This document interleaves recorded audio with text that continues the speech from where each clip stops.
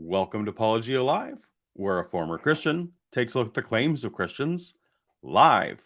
Today, from lovely Nova Scotia, Canada, where we are all a little bit tired after our 4th of July celebrations, even though 4th of July is just a day here in Canada.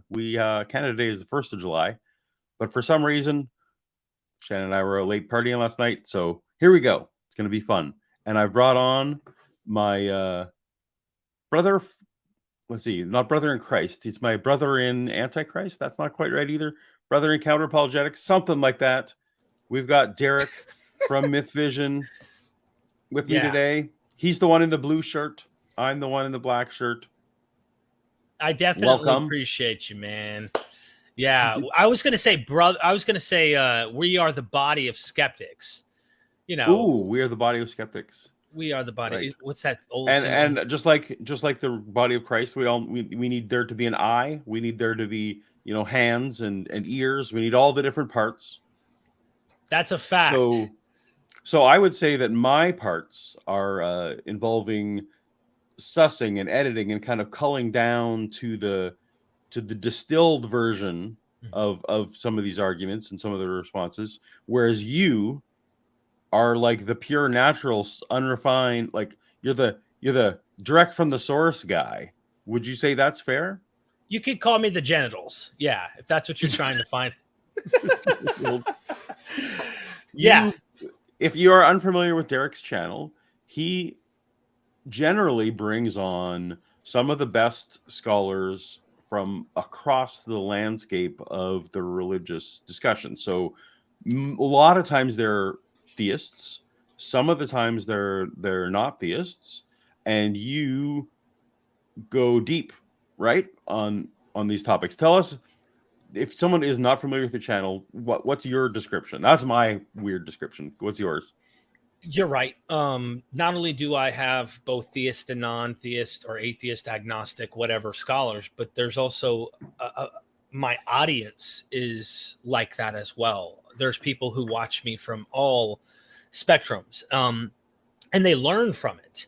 If they're Christians, they learn and go, wow, okay, this was interesting. I don't follow the conclusion, or I'm not willing to go there, but wow, this is really educational. I enjoy that scholar. If you're an atheist or a skeptic, and oftentimes people have been harmed by the faith, I've had a lot of people message me and go, you've kind of renewed my interest, because you have brought this kind of no baggage BS to the topic of Bible study, unlike this kind of emotional damage type of you need to accept Jesus type stuff. Like all of that baggage that comes with Christianity, and a lot of atheists kind of have that. Not all. They can't talk about this stuff because it triggers them. But they come to me and they go, wow, a skeptic, an atheist, making Bible study actually fun, because you divorce it from any ontological requirement. You divorce it from, how am I responsible in listening to this message? You're not. You see, you can study this stuff, learn this stuff, and find out how interesting it is. The human, take an anthropological approach, whatever, and not feel like, am I going to hell? No, we talk about how that place began. Okay. Like we talk about how that's a myth. And yeah, anyway, that's just a tease of. So yeah, one of the things I like about your channel, there is a channel run by a Christian photographer, and on that channel, I feel like it comes from a very specific viewpoint, where it's either the view of that host or someone trying to convince that host. I feel like you do a nicer job, though in similar types of discussions, of just letting that person lay it out. And I know that sometimes they're laying out something that is like completely contrary to what you think, but you let it just get presented that way anyway. And I really appreciate that about you. Also, just to clarify, the myth vision, when you say the myth in myth vision for you, doesn't necessarily mean a mythicist position. Is that correct? No, I was a mythicist, and maybe in its original creation, I had in mind, like, it's all myth, right? But I was still paying attention to things that are myth. And so the whole point, and it's really basic. I've had people talk about, you're in the Illuminati, you are being paid by the Freemasons, like the whole nine, because I have an eye symbol for my logo. And of course I had eye intros.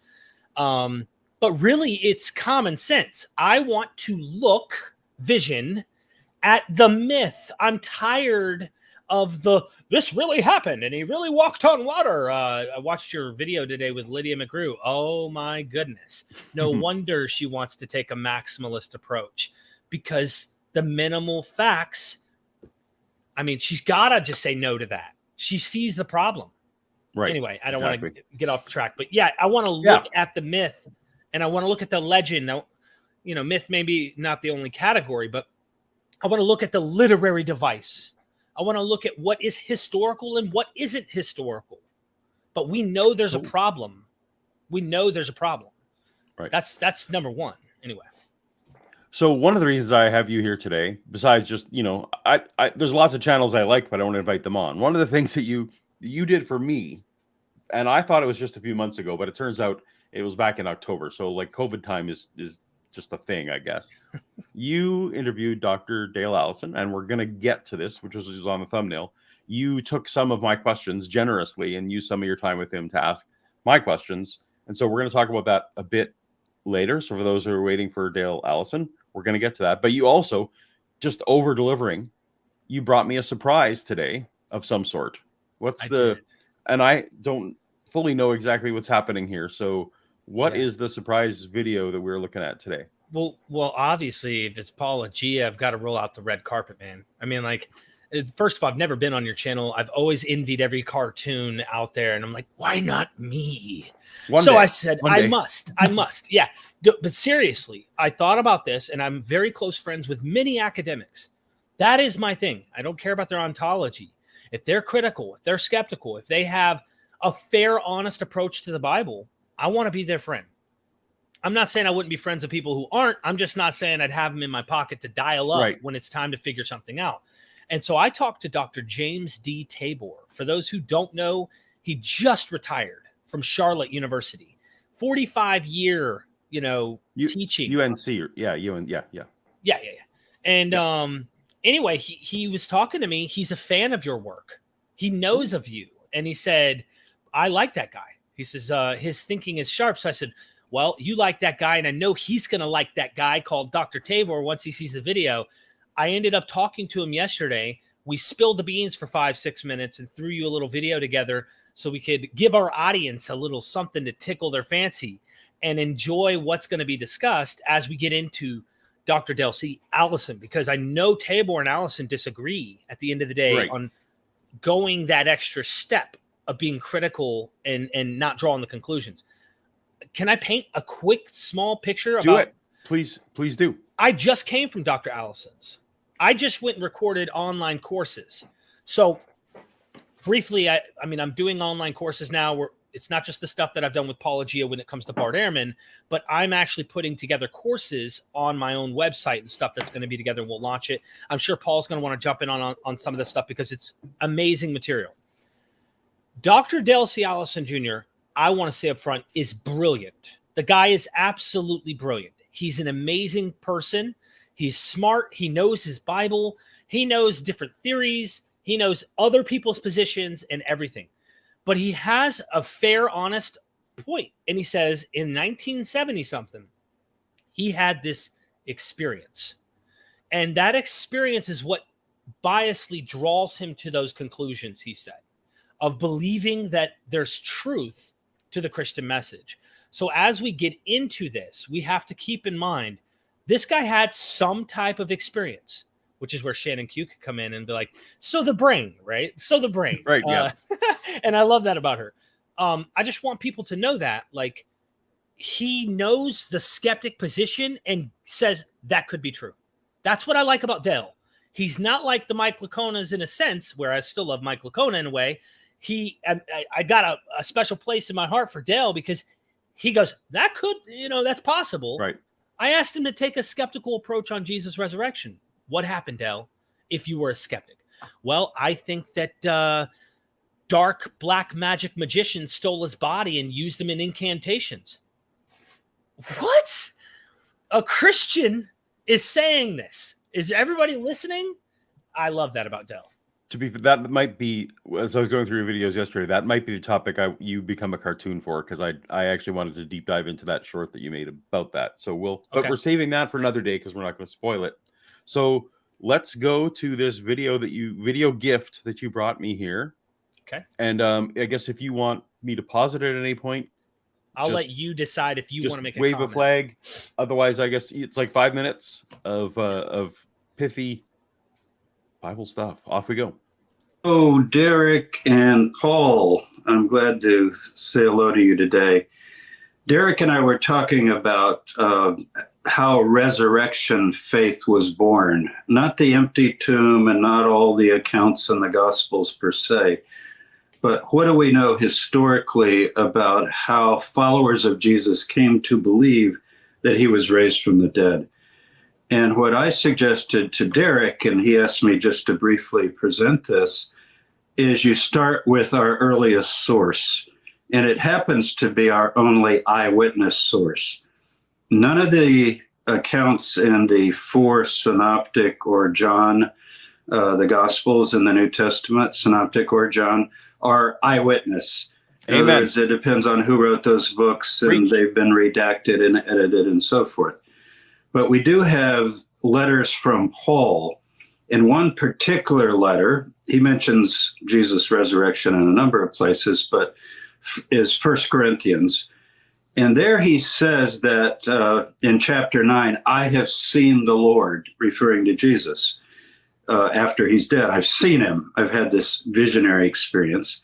And then in chapter 15 of the same letter, he talks about how Jesus he was sighted by, is the way I would translate it. There were sightings of Jesus by First Peter, and then James, and then the 12, and then to 500, and all the disciples. And then he goes, and last of all, he appeared to me. I had the appearance. Creed.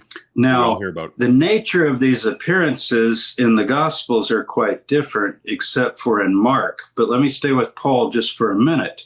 According to Paul, he can't tell you what kind of a body he saw Jesus in, but he does say that at Jesus' heavenly return, the parousia, or second coming, as Christians later call it, that those raised from the dead will be transformed into a body like Jesus has. And he does say it was glorious, it's immortal, it's powerful. He says it's not flesh and blood. So his experience, his vision, his apparition, you might say, what he perceived, he likens to what the disciples perceive. So I would start there, because that, he says, eyewitness, first person. I love how he's building this up. Yeah. It's a good case. Yeah, he's very technical. I want people to pay close attention. He has equated, which, by the way, I'm listening to Dale's resurrection book again, and I'm sorry I disagree with Dale. Dale, don't get me wrong, Dale's so into the details, but I think he's reading into this 1 Corinthians Creed and assuming, well, these 6 or whatever different groups of sightings, they could have been different experiences. So he's opening the door when he's describing it in his resurrection book, that, Peter could have actually touched the Lord. We're opening the door in a way to allow the gospel message, as Lydia McCrew wants to allow, or the maximal case. Oh, he ate and he walked and did all this stuff. No. You're reading into eisegesis, into Paul's creed. Paul equates his experience to the list of others before him, and whatever that sighting is, we just don't have the criteria to assume he's eating fish, he's walking around, they're touching his body, he's hanging out with them after he died. None of that. No. They're visionary apparitions, if you will. And I love that about James, because he doesn't want to give you more than what the facts seem to imply. Anyway, sorry. Oh, okay. Sounds good. Let's get back to it. Okay. Oh, yeah. Where are we? No. You'll figure it out. I'll figure it out. It's not. Other accounts are secondary. But if you go to the earliest account in the Gospels, that would be Mark chapter 16. And there you have something pretty interesting. And that is that the Women come to the tomb early Sunday morning, Easter morning, as it later gets called. And the body's not there, but there's a person in the tomb, a young man, he's called. And he says to the women, he's not here. And he doesn't say he's been resurrected from the dead. What he says is he's been lifted up. He's been lifted up. This is the term we use for what's called apotheosis. He's been taken up to the heavens. And then the messenger, the guy that's there, says, he will see you in Galilee. And there's an earlier passage where Jesus talks about, after my crucifixion, I'll see you in Galilee. Now, whether Jesus said that or not is irrelevant. The point is they have this memory of seeing Jesus in Galilee. Now, Paul wasn't in Galilee, but he wasn't the first witness. He was the last. So if we go to the first witness, according to Paul, it was Peter. And then we have another text. It's a very important text. The Gospel of Peter, it breaks off at the end where Peter says, I'm going fishing, but it's... Okay, so Gospel of Peter. It's not in our canon. Right. That's why I love Tabor, because he'll give you more than just what's in our canon to give you evidence. And you'll see why this is important as he describes it. I know this isn't going to work for your fundamentalist. I get it. No, but I actually just wanted to, in case anyone in the audience was scratching their head that they're not familiar with the Gospel of Peter, that's why. He's actually referencing all the material, not just the stuff that is in your Bible. So that's cool. Serious academics do that. Yeah, awesome. Yeah, they do. Absolutely. 8 days after Passover, where he says we mourned and wept. So the early tradition is that the disciples went back to the Galilee. The Gospel of Peter even says they were mourning. Why would they be mourning if they'd been hanging out with Jesus for a week? And so those accounts, I think, are later. So what happens? They go back fishing, and Peter saw something. What he saw, we don't know, but we would assume that it's something like Paul saw, some sort of apparition, presumably in the sky or something of that sort.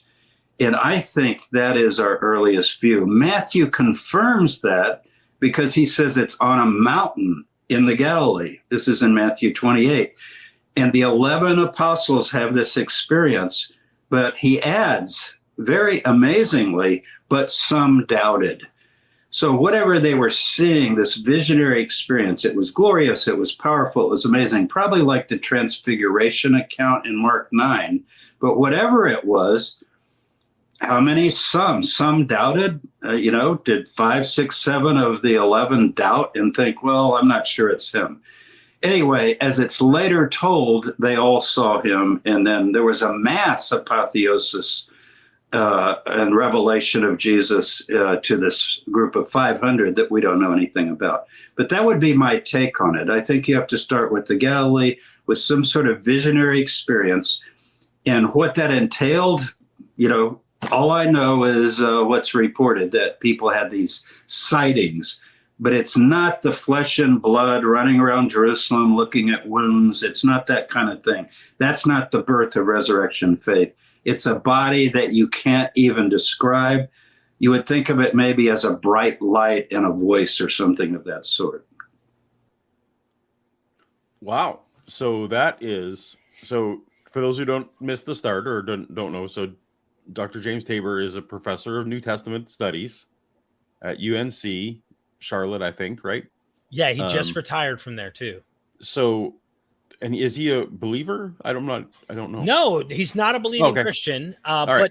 But I don't know his ontology. But at the end of the day, that doesn't matter to me. But he seems to affirm, the thing that I put forth, and that is that Peter is very plausibly the single first source for these visions. Wow. Well, that is very cool. And I don't know what we can make historical out of this or not. That's the difficulty we're dealing with. Not great evidence. You have to use probability and stuff. But if Peter is this outspoken guy, as all the accounts seem to indicate, he could have been pretty influential to people around him. And if he said, I saw something, whatever, through a traumatic experience of his own or whatever, if we're granting a kernel of history here, then others would be looking around their shoulder. It's like when you're out in the woods, and I've gone hunting or fishing and stuff, and did you hear that? Everybody's starting to hear stuff. Just because you started saying, I think I heard something, everyone else begins to oversensitize their hearing for that thing. And if you didn't want someone to die, or you were a believer in resurrection, plus they were far more superstitious, this gets into a whole nother spectrum of the porous boundary between life and death in the ancient world. There's a book called Coming Back to Life, and it doesn't just go back about Christianity, all the Greco-Roman Mediterranean world, and how people would take dishes of food and set them on their cemetery, their grave, whatever. And they believed that the dead would come and eat or drink the cup of water or whatever. People still do this today, but they probably don't imagine him being completely gone. And so if Peter is the first guy who has whatever experience it was, that could have been the domino effect for everybody else. That's awesome. So you have been vindicated. I've been vindicated again by a non-Bart Ehrman scholar. That's great. Now I have a whole new set of books to read for my research. That's great. Speaking of which, so you and I both referenced a few times the new Dale Allison book. That it's like 700 pages. No, it's like 400 pages, but it feels like it might be. It's very dense. It's a very dense book, and he entertains a lot of things. And until Gary Habermas eventually publishes his book, I would say it covers the most comprehensive list of topics. So Mike Lacona's book is far thicker, but it delves deeper into his specific ethic. Anyway, so Dr. Dale Allison, a believing Christian, well respected. Would you agree? He's well respected among Christians. Oh, both as an excellent scholar.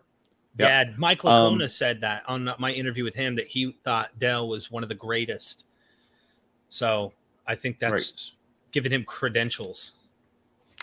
So I haven't had a chance to speak with Dr. Allison yet. I hope one day too. That would be awesome. But I'm going to make that happen.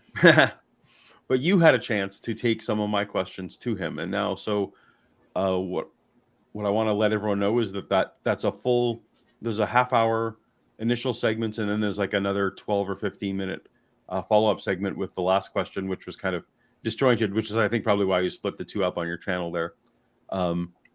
So for the full thing, once this stream is done, you can go check that out. What I've done is pulled a few snippets that I thought were more discussionable. But Dr. Allison, and spoiler, he does not agree with me on everything.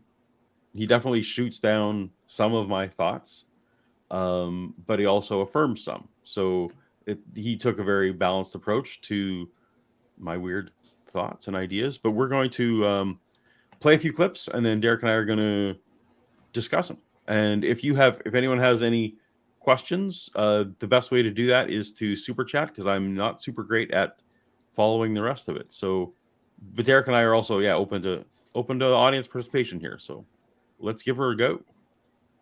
Oh, I have to add. Is it logistically possible that the entire pre-Pauline church sprung from just Peter's testimony? Is it theoretically possible? I think the answer is yes, although I would have to ask whether this scenario includes a story about an empty tomb, because that might make a difference. And then who discovered he had a the lawnmower empty outside, by the way. Forgive me on the audio. Is that Not only was I having technical difficulties when I recorded this initially with my audio setup, he had a massive zero-turn lawnmower cutting grass outside at first. So that's why you hear that in the background. So forgive me. And is there a bit of a story? So you actually went to his house, is that correct? I drove from where I'm at 8.5, 9 hours to New Jersey. I went to Princeton Theological Seminary, went to the library, couldn't even find his house, found his house, went and sat in his house and sat at his feet and learned from him. Awesome. Yeah. All day. So you and Dale, unfortunately, you didn't have a third camera that showed you both at the same time. Yeah. So it looks a little bit like a Zoom call, but you were, just so everyone knows, you were in the same room. Yeah, it's 3 or 4 feet away from him. Exactly. Cool. So to review, you asked him whether I've already lost. Let's he said start the clip again. Theoretically, could Peter have been the guy? And he's like, well, that's only if you're not factoring in the empty tomb account. That's what he's trying to bring in. Right. Okay. Well, let's roll her back on. We'll get to it. Is it logistically possible that the entire pre-Pauline church sprung from just Peter's testimony?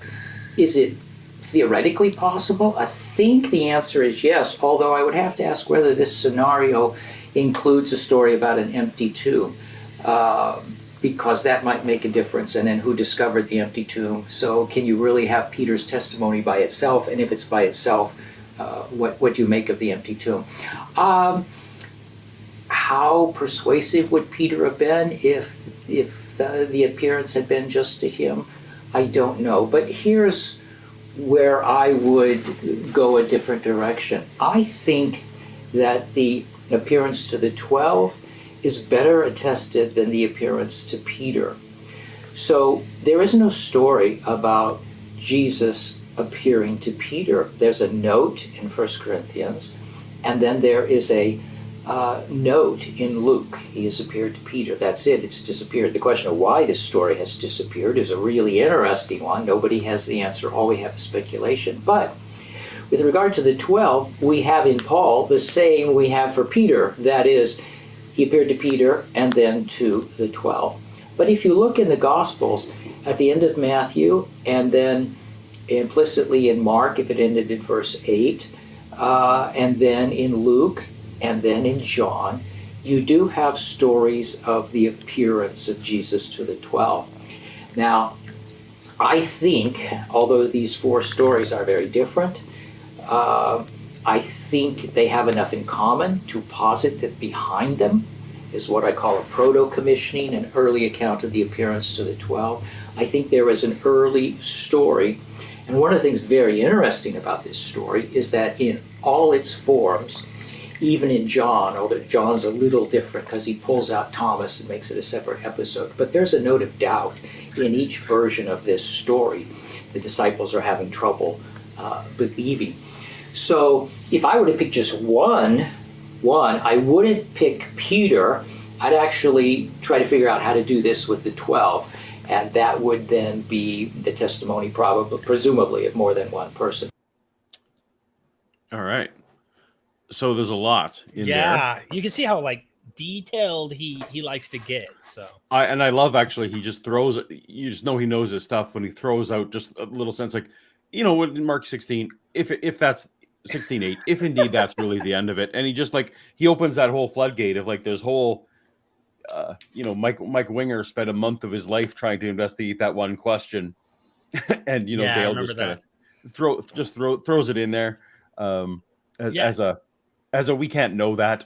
So. He really, I talked to him just the other day because I was at his house again. I drove up there to get courses by him on the quest for the historical Jesus. We had a private conversation, and then I was like, can I flip the phone on and record? And we recorded a little, and he's like, before 1960, everyone accepted, across serious academic circles, that Mark's gospel ended at 8. It made the most sense. People tacked on an ending. Right. It was and they didn't think anything fanciful about these gospels. They thought Mark was it was a mystique type gospel, but it wasn't that impressive. And I am convinced personally that gospel is written against the Jerusalem kind of church. I think that gospel is purposely written for the 12 to look dumb. This is where I would go different than I think. Maybe Dale follows me. He's so intricate and nuanced, it's difficult to pin him down. But that's why I think he's brilliant. The 12 never get it. They don't even know who the Messiah is. Right. They don't even get it. He's like, oh no, that's criterion that's embarrassing, so it must be true. That is, that's a silly argument because the demons get it. I mean, I know, even the demons get it. People who are not them get it. But the idea is that nobody understands who Jesus is. And at the end, they don't even get to see. I mean, it's implied. He says earlier in the gospel, meet me in Galilee. I'll meet you in Galilee. And that might be implying there's an early tradition, as Dr. Tabor talks about. But the gospel itself ends with some random guy, as Dr. Tabor mentioned. We don't know if it's an angel, a guy, whatever, a dude in a tunic. Messenger, they call him. if he's not, I think that he's naked running away in one of the situations. But this guy says, "Hey, Jesus rose again, and go meet him in Galilee." And he's talking to the women, and it says the women went and told no one, for they were afraid. So the 12 didn't even get the message, according to the Gospel of Mark, which Matthew did not like. So Matthew wants to fix it. And I think that Mark is so Pauline, and like Dr. Tabor talks about, he's written his PhD dissertation on Paul and dives deep into this. Paul and the early Jerusalem sect split. James and Peter, they split off. They had a disagreement. They weren't buddies. Acts is trying to connect them, but that's a whole exactly the whole another thing. problem. That's the whole thing. But yeah. So I think Mark is Pauline, and that's why he's giving it. Don't worry, someone's going to get this message. Wink, wink. Paul. Right. That's my opinion, but yeah. And that's an aside. If I bring the conversation back to me, please, as I want to do. So what you heard Dr. Allison do is essentially say that my thought that Peter could have initiated it, and it's not exclusive to me, but it's something that I pitch a lot, is plausible, but he still is hung up on, he thinks that there's a lot of independent attestation for the 12, so he just doesn't think that those things can be dismissed as easily as I dismiss them. Do you think that's how you interpret his answer? Yeah, it's almost like if there's more evidence where 12 are mentioned than a single witness of Peter, then in his mind, he would go with the 12 being a better argument, because you can go to multiple gospels to try and do it. But I mean, it is interesting. Cephas is singled out in this First Corinthians Creed. It is interesting that here is this Peter, or Cephas, however you want to call his name, early tradition in Galilee of getting this appearance. And I'm tracking with what Tabor's saying. Yeah. He dovetailed nice. Bart doesn't accept the group idea in thinking something much of it. He doesn't say it's not possible that there was some type of experience like a Fatima type of thing or whatever, but he doesn't make much of it. Well, one of the things I didn't include, and you'll have to go to Derek's channel to watch the full interview to see it, is that right after this, Dale actually goes on to say that he thinks that there's a lot of evidence that Mary Magdalene is probably, is better evidenced, frankly, than the 12 or Peter, and that he thinks that it really probably initiated with Mary Magdalene, which is Bart Ehrman's more recent in his conversations with me. He also tends to think that Mary is a more likely starting candidate than Peter as well. So that's something I'm going to need to dive into more. It could. When I read Dell's resurrection book, I told him this. I think it might have been in this discussion. I'm not sure. It might have been in a different recording, because I did like 12 of these recordings. Right. You did. Where I told him, I said, you make the point you think Paul is androcentric, that the early church is androcentric, or pretty much the idea that they're focused only on men. It's a misogynistic movement that's like, yeah, women are second class or not even important to mention. But I had a huge problem with that. And the reason why is, here you have Paul. Paul's very pro-women in a lot of his writings. Many academics, including Dr. Tabor and others, say Paul didn't write some of that stuff that they attribute to Paul, that is against women or lowering women. And then some of the stuff may be like a typical Jewish idea, that it's not even, it's built into their theology, but it's not as much like I'm oppressing women's ideas or oppressing women. Why is it that they're not mentioned in the Creed in 1 Corinthians 15 and Paul, but they're mentioned in the Gospels? This is a huge red flag to me. The early church is androcentric, except for Mark, except for Matthew, except for Luke, except for John. John goes so far as to have, in John 4, there's a Samaritan woman, which is even worse. That's like a curse word to Jews. You're a Samaritan? Ooh. And she's a woman, and her testimony, she goes into the city, and her testimony gets everyone in the city to start believing her words.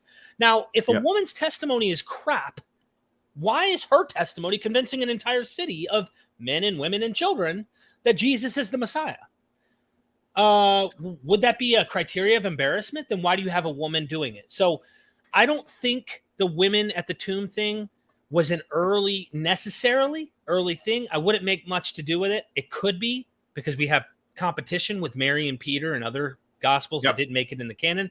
But I'm really suspect of it, man. It could be Yeah, more of a literary. I'm with you. Even though Bart seems to, he on his like report card for me, he was like, "Yeah, you're spot on. I would just add Mary into the mix." And I think Occam's razor says we don't need Mary to explain the evidence. Exactly. So, because I'm like you, I feel like the women at the tomb is entirely a literary device. And actually, going to your idea about that, if Mark is supposed to be embarrassing to the disciples, that makes even more sense, right? That you would make women showing them up, right? Makes a ton of sense. You and me agree. Luke and Matthew used Mark. We're both on the same page. Right. Wouldn't be shocked if John did as well. Some of the scholars I talked to also say, yeah, John knew all three of the others. That's trending, as it were, in the. So if you think about it, the earliest source has women go to the tomb, but they don't even see Jesus. So there is no appearance to Mary. Mary goes and finds some guy dressed in a tunic who knows where Jesus is going to meet the disciples, not even the women. So I don't get why Mary, especially when she's excluded in the First Corinthians Creed, which is an earlier attestation of what supposedly happened, I don't get how that's better evidence than Peter. I just don't get it. I'm with you. So anyway, that's the thing I want to, but if Dale and Bart both think it, then I actually want to give it some credence. But so far, I'm unconvinced. Yep. Let's look at a couple super chats before we move on to the next clip. So, what have you two learned about how to glean more credible historical accounts from the embellished accounts in the Gospels? Do you have a thought about that? Thank you, Scott, for the question, by the way. That's a tough question because it's like, how do you sift through the legend to find out what may be historical or not? Like, that seems to be what the question's implying. Are you getting that out of that? That's what I get out of it as well. I guess we would be using, and there's criteria, a methodology, and I think that criteria of embarrassment or problems would maybe help us. For example, when I did a recent interview with Andrew Henry, the Religion for Breakfast scholar, the guy who has the YouTube channel Religion for Breakfast, you know who I'm talking about? Mm-hmm. Yep. He does early church magic, 3rd to 6th century. And I asked him about Jesus if he was a magician, because in some of the early art, he has a wand. It's on my Patreon right now. I got the video up in case you want to join. But Jesus, was he a magician? And he pointed out that Morton Smith in his book talks about how Jesus is healing in Mark, and it's kind of a dirty method. Like he's grabbing dirt, he's spitting in it, it's nasty, and he's sticking it in people's eyes, and he's trying to heal them. Was this a common practice for miracle workers in those days? Maybe. Later in the Gospels, you notice his methods in healing are a lot less downright dirty. There seems to be more of a human element behind this miracle worker, this Benny Hinn running around in Galilee. And so you kind of wonder, is this a kernel? Or a better example everybody knows. Why is John the Baptist baptizing Jesus? Anyone who's baptized by a teacher knows they're subordinate. But you can't have the Son of God, God of the universe, as John talks about, being baptized by John the Baptist. So Mark has him baptized like a typical dude who may be a Messiah type figure or someone very special. And then later, what do you have? You have him saying, oh, Jesus, I'm not even worthy to touch your sandals. I can't even do that. And Jesus goes, look, we got to do this in order to fulfill scripture. They're trying to fix an earlier mistake, what looks to be historical. If it wasn't, why create the problem to begin with? So those are kind of criteria I would say may hint, and even then I could be wrong. We don't know with certainty, but these kind of sound more like, man, we're getting back to a guy. And that's the stuff I do, Scott. And I know, Scott, thank you for the super chat. There's probably plenty of other examples. What do you do, Paul? I am probably similar in that count. I don't think the criterion of embarrassment is one that I put a lot of stock into, because there's so many literary reasons for some of that embarrassment. As we talked about already, there's so many literary reasons why the disciples should have been confused and or doubting and or fleeing, like all those things I can see literary reasons for. I think some of the stuff for me that why I kind of feel like Jesus is probably a historical figure, it just still rings for me, is that, man, there seemed to be a tradition that he was from Nazareth, not because it was embarrassing, but I see that Luke tried to take one tack of explaining it, and Matthew had a whole different story explaining it, why he was born in Bethlehem, but he was known as being from Nazareth, right? So that was just one of those things. It's like, oh well, if they're both going out of their way to make up a story to try and explain it, that's what's going on. Similar, it seems like in Matthew 27, I think, where they're paying off the guards to say, he stole the body. That to me rings to, there probably was, that was probably a reason people were giving to doubt Christianity, was, disciples just stole the body, because Matthew cycled around again to try and explain something. So it's not, I kind of am at this weird point where it's like, not what's in the book that shows me what the historical core is, but what they were trying to fight against, which is actually kind of how you study Paul's letters too, right? You kind of can get a sense of what the early Christians believed based on what he was trying to fight against. Anyway, that's one little hint. I don't know. Some of our close friends don't think any of it's true. So yeah. And per my video this morning, Mike Lacona was on my channel as well, saying, you know what, if you want, you can doubt all of it. Yeah, well, that's what Allison said is in the book. Dr. Allison, he's like, and he gave a great example where there are serious academics in history, and maybe even some contemporaneous, I'm not sure, I haven't interviewed them yet, who think how you talk about Peter being the one guy who has a vision, then everybody else kind of falls in, and it's like, I think I saw him at the corner of my eye, I think I saw Jesus or something, which could explain the visionary experience. There are academics who take serious the empty body or empty tomb being taken. And I think it's Richard Carrier who said, kind of playing along, if there was a guy and there was an empty tomb, okay, what happened? What is Occam's razor here? Well, one of the followers took the body. It didn't have to be the whole group. Right. And they think they're doing a noble thing. One disciple finds a way to get rid of the body. So that way they can explain and create this teaching. It's possible. I mean, this is not, and it's not even that it's possible as in like, it's ridiculous. I guess it's possible. No, I mean, people don't want to be wrong about their Messiah. One of the guys could have made him disappear and go around, and now they're like, where's he at? He's alive. He rose again from the dead. And next thing you know, this could have been the origin for why Jesus rose from the dead. There's no telling. Gotcha. There's so many ways. Yeah, for sure.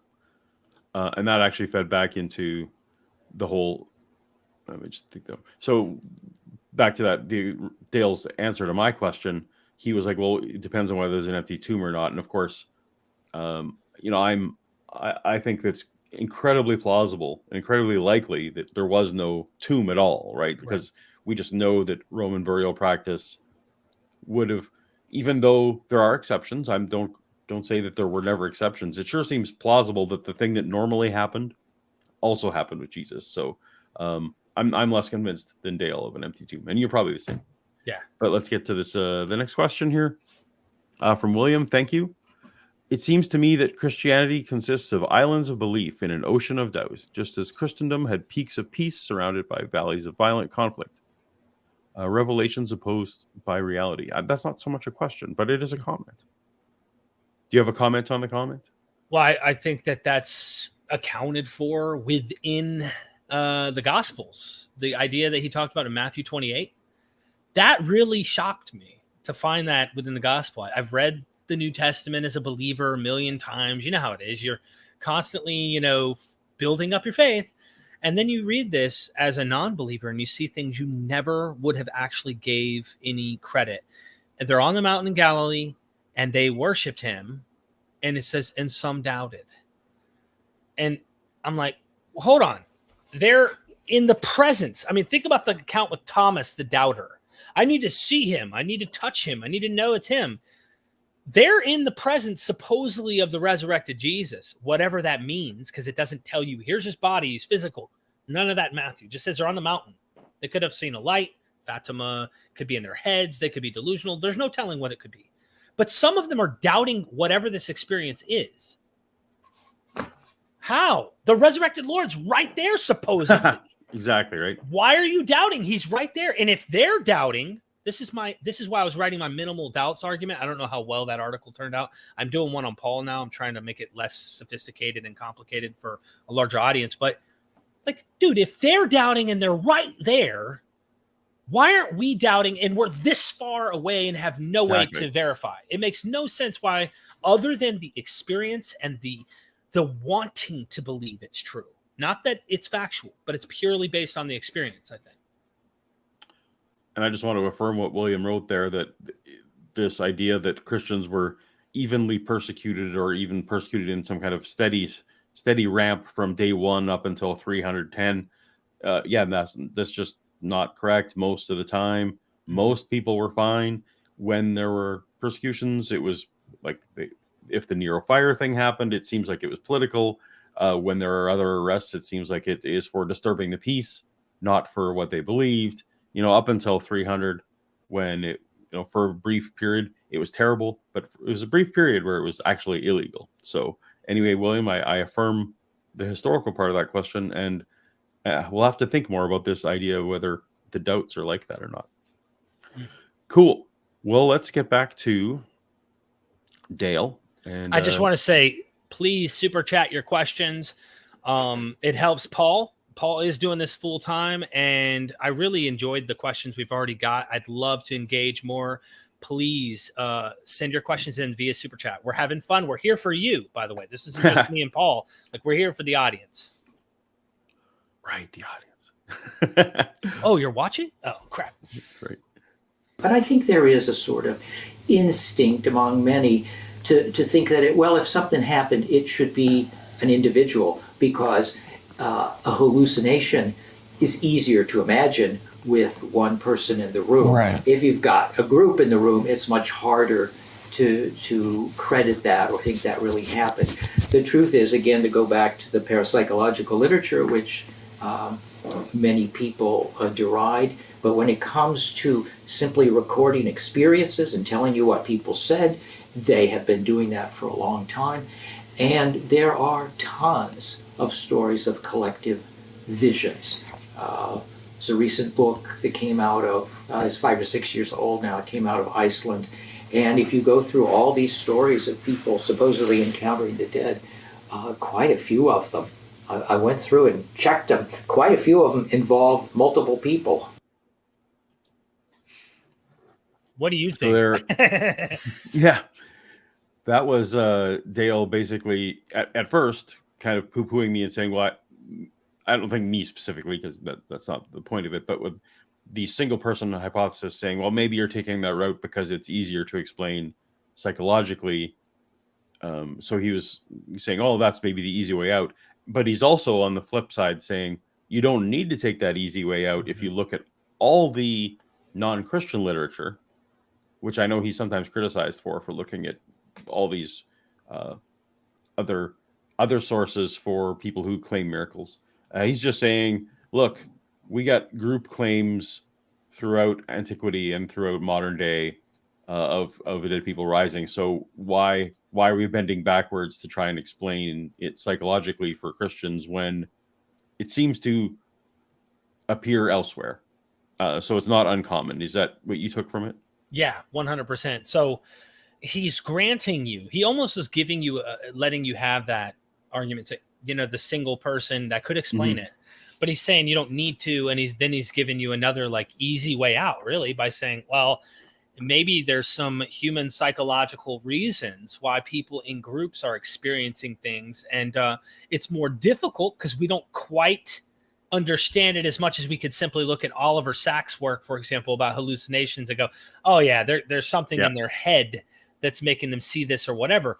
But if you're looking at group settings, there are non-Christian group attestations to things, or Christian non-Jesus, for example, with Mary, Fatima. I was reading that this morning because I didn't know if we were going to go there, but like there's 3 girls that had this vision of Mary, and 2 of them died within the next few years, but it's like in 1917, and then one lived to like 2005. But like they told secrets to them, the whole 9. You could see myth making right there in Mary, not even Jesus.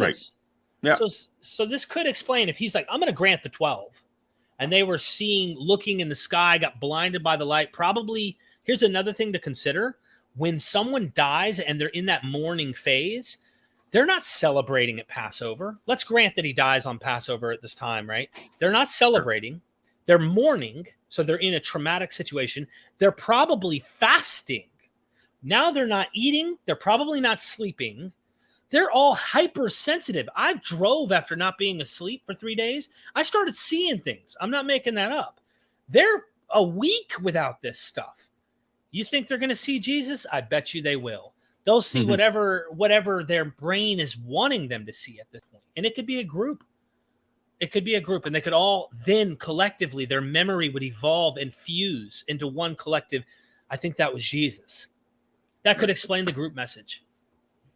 So I still think, we've thrown the phrase Occam's razor around. I still feel like it doesn't need an explanation, but he's not wrong. Like if you feel like all those not weird attestations, but all those, if you think that all those stories that don't corroborate each other create a motif of corroboration, which is I think what he would say, then you have a ready explanation for it, as you said. So cool. We got another super chat from ScholarVids, explanation of the Corinthian Creed. I don't remember what that is. He has followed up with 1 and 2. So he's doing a follow-up. Number 1, individual appearances are hallucinations from psychology. Do you see that? It's one of 2. So okay. 2, it's a few comments below. It's right below Flamio's super chat. You see? You can just read it for us. Okay. Individual appearances are hallucinations from psychology. Appearance to the 12 is mass hysteria from sociology. Number 2, appearance to the 500 is legendary development from anthropology. Do we need anything else to explain it naturally? I don't think so. Do you? I don't either. And what I don't want to necessarily be pigeonholed as is, oh, you're just a rationalist. You want to explain everything. Because there have been scholars in history who want to look at stories like when Jesus multiplied the fishes and loaves. And they go, right. Oh, well, all it is it's a miracle of people sharing now. So everyone took their own fishes and loaves and started sharing it with their neighbors. Like they want to make it so natural that they want to explain away the miracles rather than it just being a literary construct. So right. There's like that point, like, are you going to say that this is somehow everything has to be explained rationally?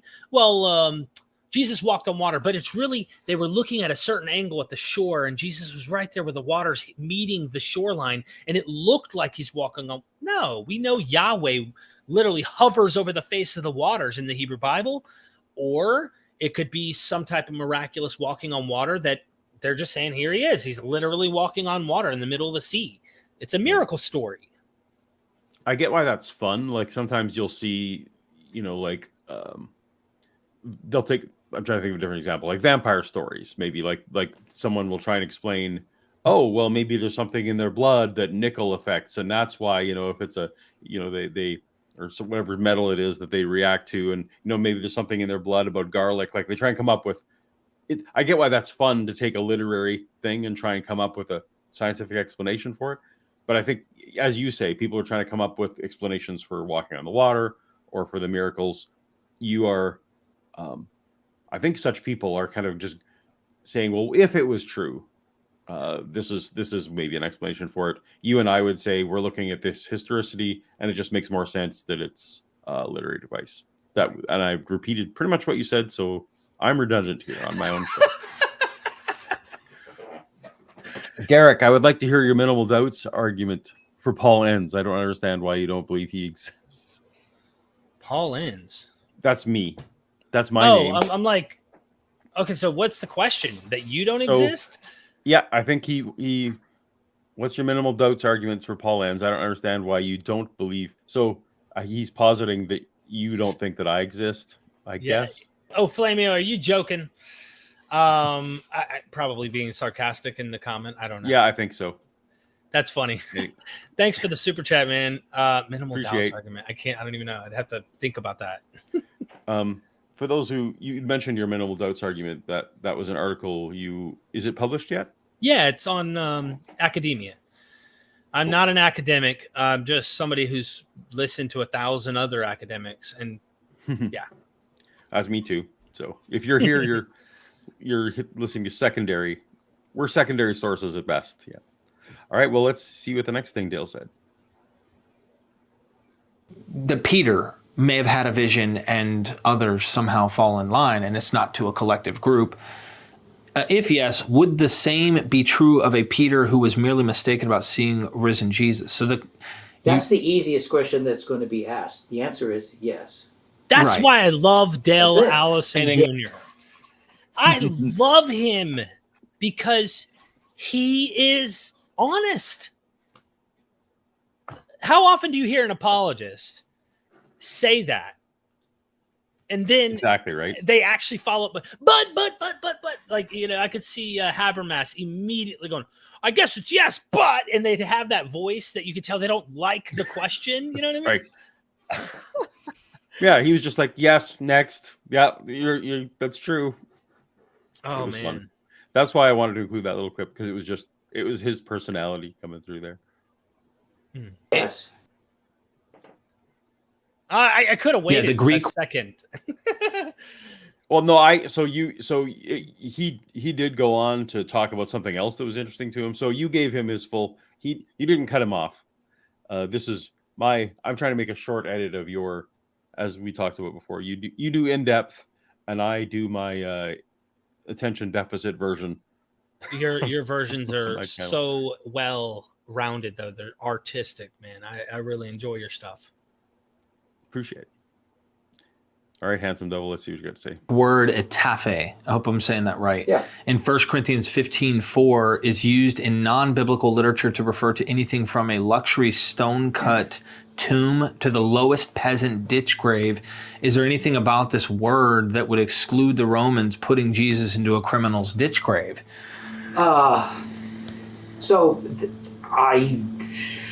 Again, to repeat, all I did was work with the dictionaries, and I didn't find anything in connection with crucifixion or with disposal of criminal bodies. So is it possible hypothetically? I guess yes, but I haven't done all the work. I do know that it's, in every text that I have looked at, it is used for some kind of burial that is, even if it's just digging a ditch and putting dirt on it. But I don't know why the Romans would have done such a thing. I'm not sure why they would have done that. The usual argument is that bodies were left up on crosses, or they were just thrown into piles for the dogs and the birds to come and feed on, and that would be the final degradation.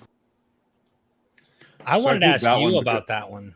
Yeah, because I included that one specifically because that's the most shot down I got. I think that was he didn't give me any room to breathe on Yeah. that. So as a background for those who don't know, so etaphe is in 1 Corinthians 15.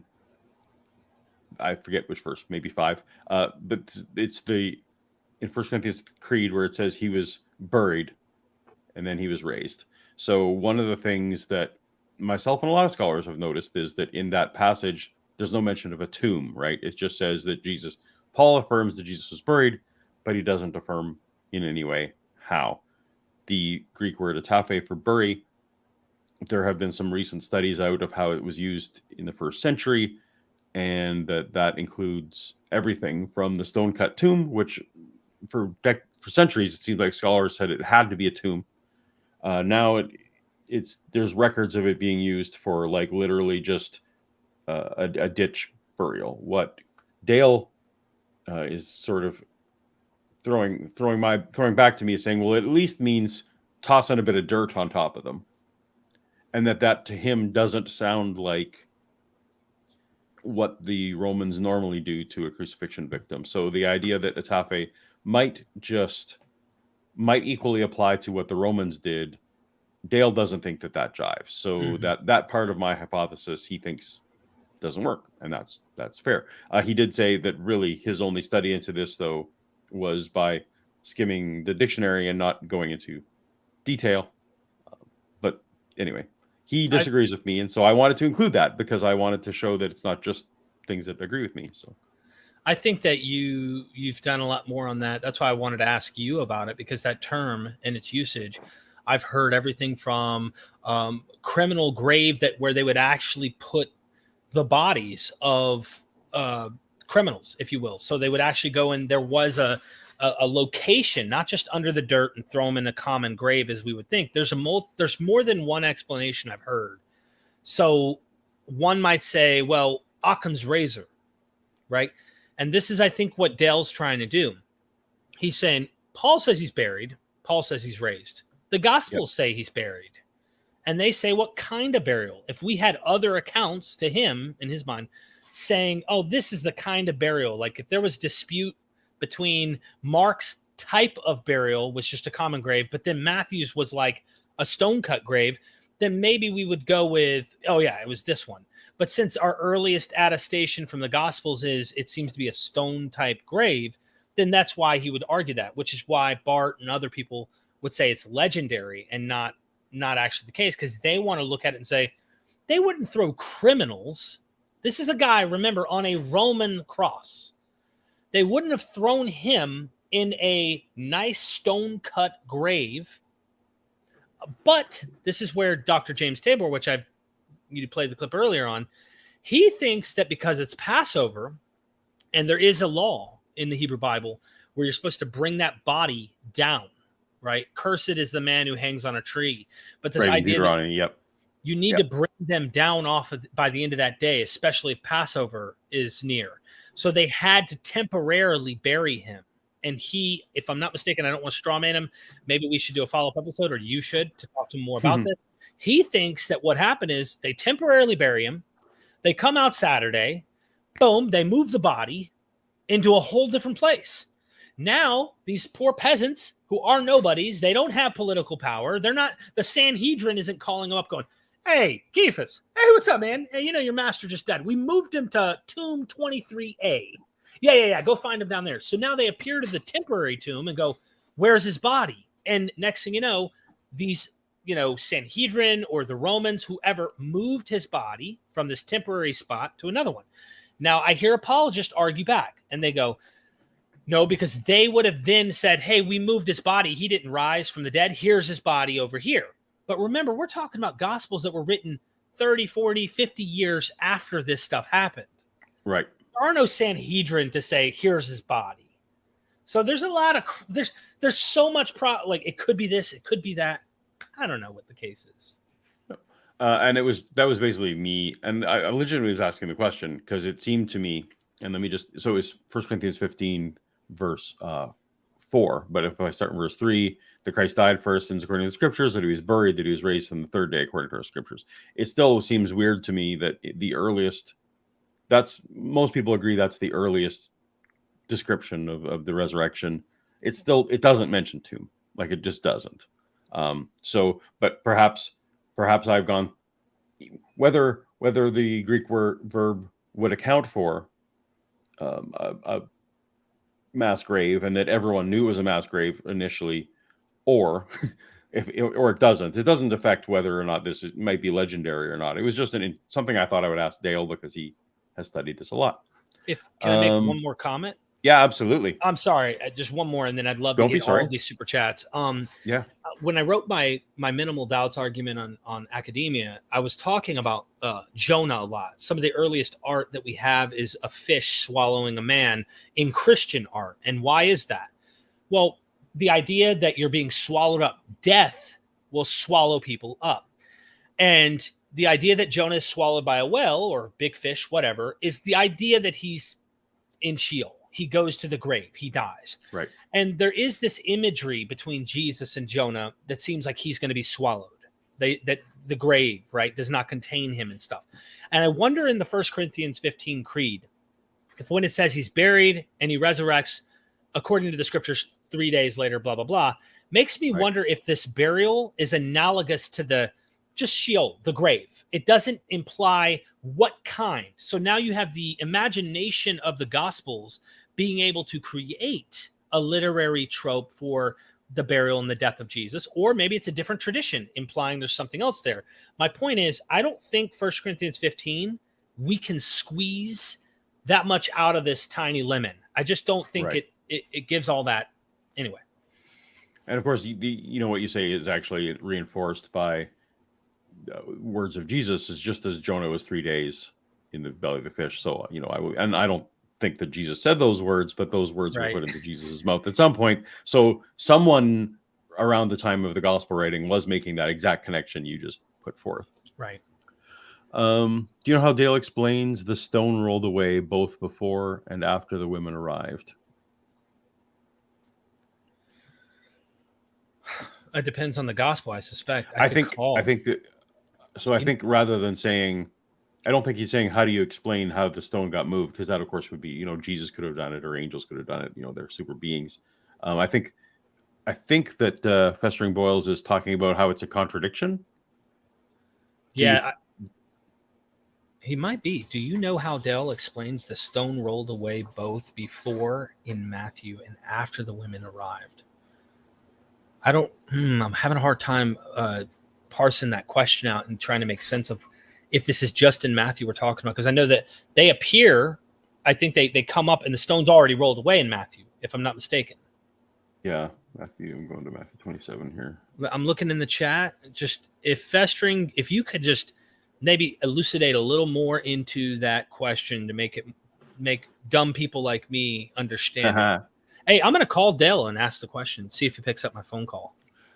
We'll make it. Why not? He's cool. He's a friend of mine. I should. It's like, all right. Dr. Allison. We'll move on to the other one if you're So, but I think that was supposed to be contradiction. If my understanding, so Dale does not get hung up on biblical inerrancy the way an evangelical scholar normally would. So for Dale, if there are blatant contradictions, for example, that they went to Galilee or they didn't go to Galilee, Dale does not care one iota. Like, he does not. In fact, I've heard him in interviews I think even maybe one of yours, where you were saying, well, someone harmonizes it that way. And he was just like, I don't like harmonization attempts at all.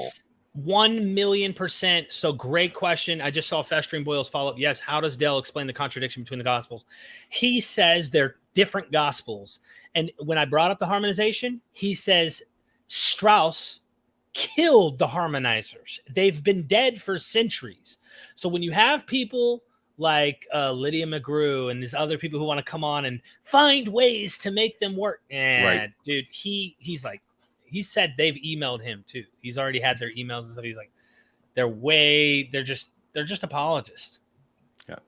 So in that way, the apologists don't love Dale Allison all the time because that's not his endeavor, right? His endeavor is not to. He doesn't care if anyone is convinced by him that Jesus rose from the dead. That's not in his mission. So so he doesn't go for that. Scott Duke. I think you missed one, man. Oh, did I? Yeah, Digital Hammurabi. Digital Hammurabi. Oh yeah, it's a blue one. You probably. Oh, there it is. You probably can't instantiate. Is that an inside joke for you? Yes, it is, because he's doing a Darth Dawkins type of thing where he's like, if you can't explain the ultimate absoluteness of all reality and existence, then you can't talk about anything because you don't know anything. But I can explain all of that. You know, it's like, get out of here. It's an inside joke. You were so much better at the whole live streaming than me. It's still new on my little channel here doing all this stuff. Sorry, bro. MASH season 1, episode 15, Tuttle. The ep reminds me of how eyewitnesses' stories about the resurrection could have been constructed. You can watch it on Hulu. Are you old enough to have watched MASH? I must say, I'm sorry to say, but yes, my father, being special forces and retired and all, he watched MASH all the time. I don't remember like episodes and things like that, but right. I did get a taste of MASH growing up. I loved watching MASH. My memories of it were of reruns primarily because back when I was young, first of all, I was a Mennonite kid, so we barely were allowed to watch TV in general. And then it was a war show, so even worse, right? Because we were pacifists, Mennonites. But that was a show my parents, I think because it didn't glorify war in any way, like that they actually would let me watch it. But and this is just pure nostalgia now. the only episode I remember watching live was the finale, and I just remember the finale was this huge deal and everyone crying, and very few shows stick the landing on their last episode. Is my point. MASH did. MASH stuck the landing on their last episode. Wow. So Obi-Wan and Game of Thrones and all you people, you could have learned something from MASH. Anyway, I will now check out Tuttle because it's been a while since I've watched MASH, but I don't have the Hulu because I'm Canadian. They don't have it up there? No, we have something. We don't have Hulu. So the cool part is we get most of the Hulu. Hulu is owned by Disney now, right? Yeah. We get on Disney Plus, we actually get most of the stuff that's on Hulu just with our Disney Plus subscription. But then we also, some of the rights are in a thing called Crave, which I don't subscribe to. I think it's the only streaming service I don't get. Anyway, we're now streaming services are a whole mess that we could talk about, but that's did we miss Constellation Pegasus' super chat too? I'm looking up. He's sorry, I'm ahead of the game on this. We've been missing no, here it is. So here we got this one. Two of my favorites having a great discussion. We are Paulovision. Paulovision. I'm not sure I enjoy that title. Vision. Mythogia maybe is a better mashup for us. Yeah, we did. So you guys missed my super chat. Constellation sent one up here. It's a 10. It's a yellow one. Okay. I also am not a StreamYard guy. Yeah, well, they've done something where they update, and now like you'll go down if you get enough chat, it'll skip, and then you're like, oh, where did I stop? This is when I use OBS, and maybe that's what I should. OBS nicely consolidates them all for me, so I like that. Anyway. Concerning Mark, how do apologists defend the forgery of verses 9 through 20? Bible commentary says itself that in the Bible those verses were written at a later time. The Bible is not trustworthy, insane. I'll let you.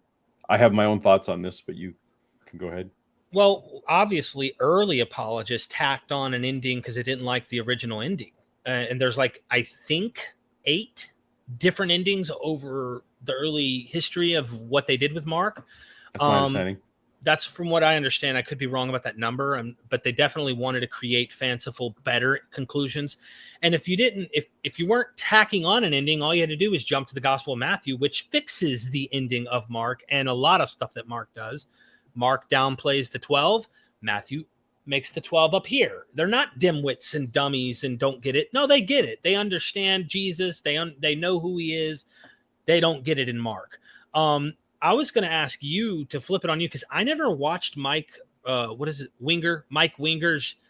He did some video series or a long episode trying to describe the tacked on ending of Mark. What did he say? So I did watch that. And he did an extensive, he was talking about hundreds of hours or at least 100 hours of research onto this. And he essentially came to the same conclusion that I came to as a Christian without all the research, and that's fine. That is that there's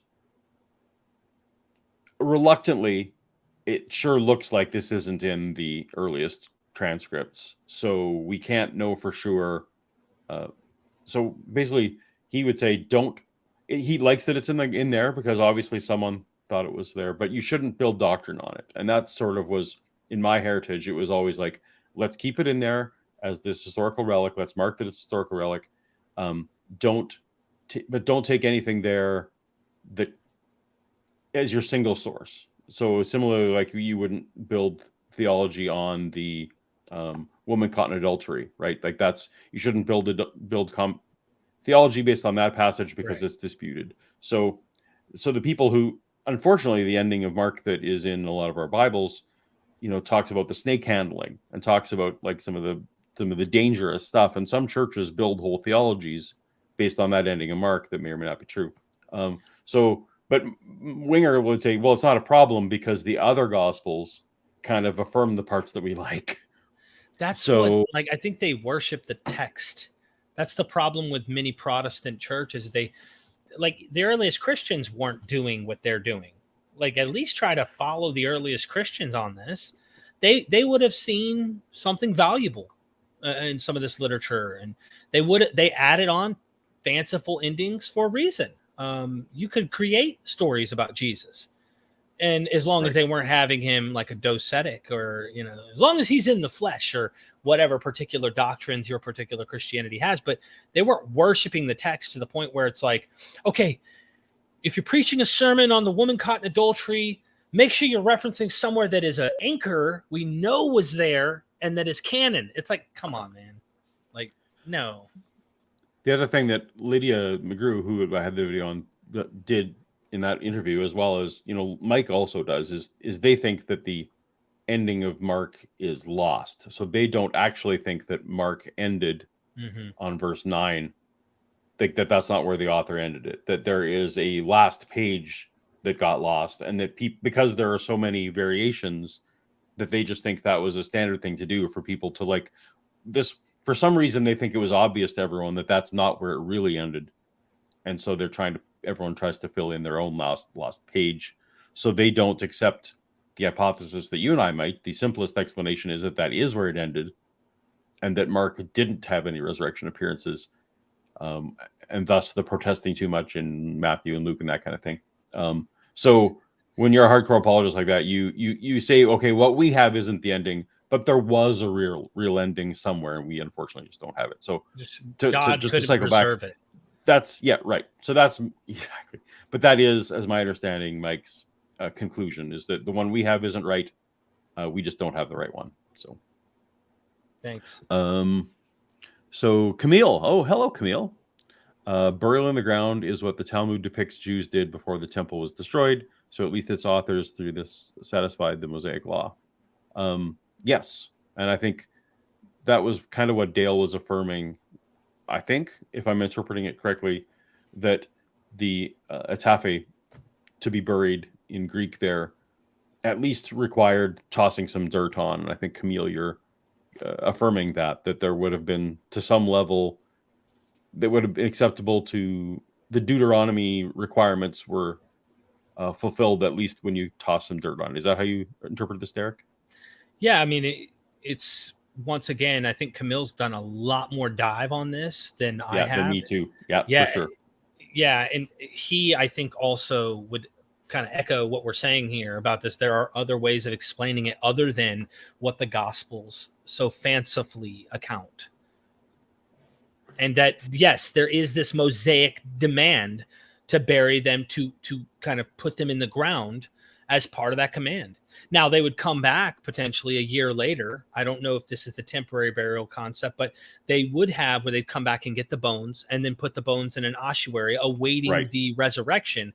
Because at this time before the temple, there's like 100 or 200 year period. I think it might even have been after the destruction of the Jerusalem temple for a period.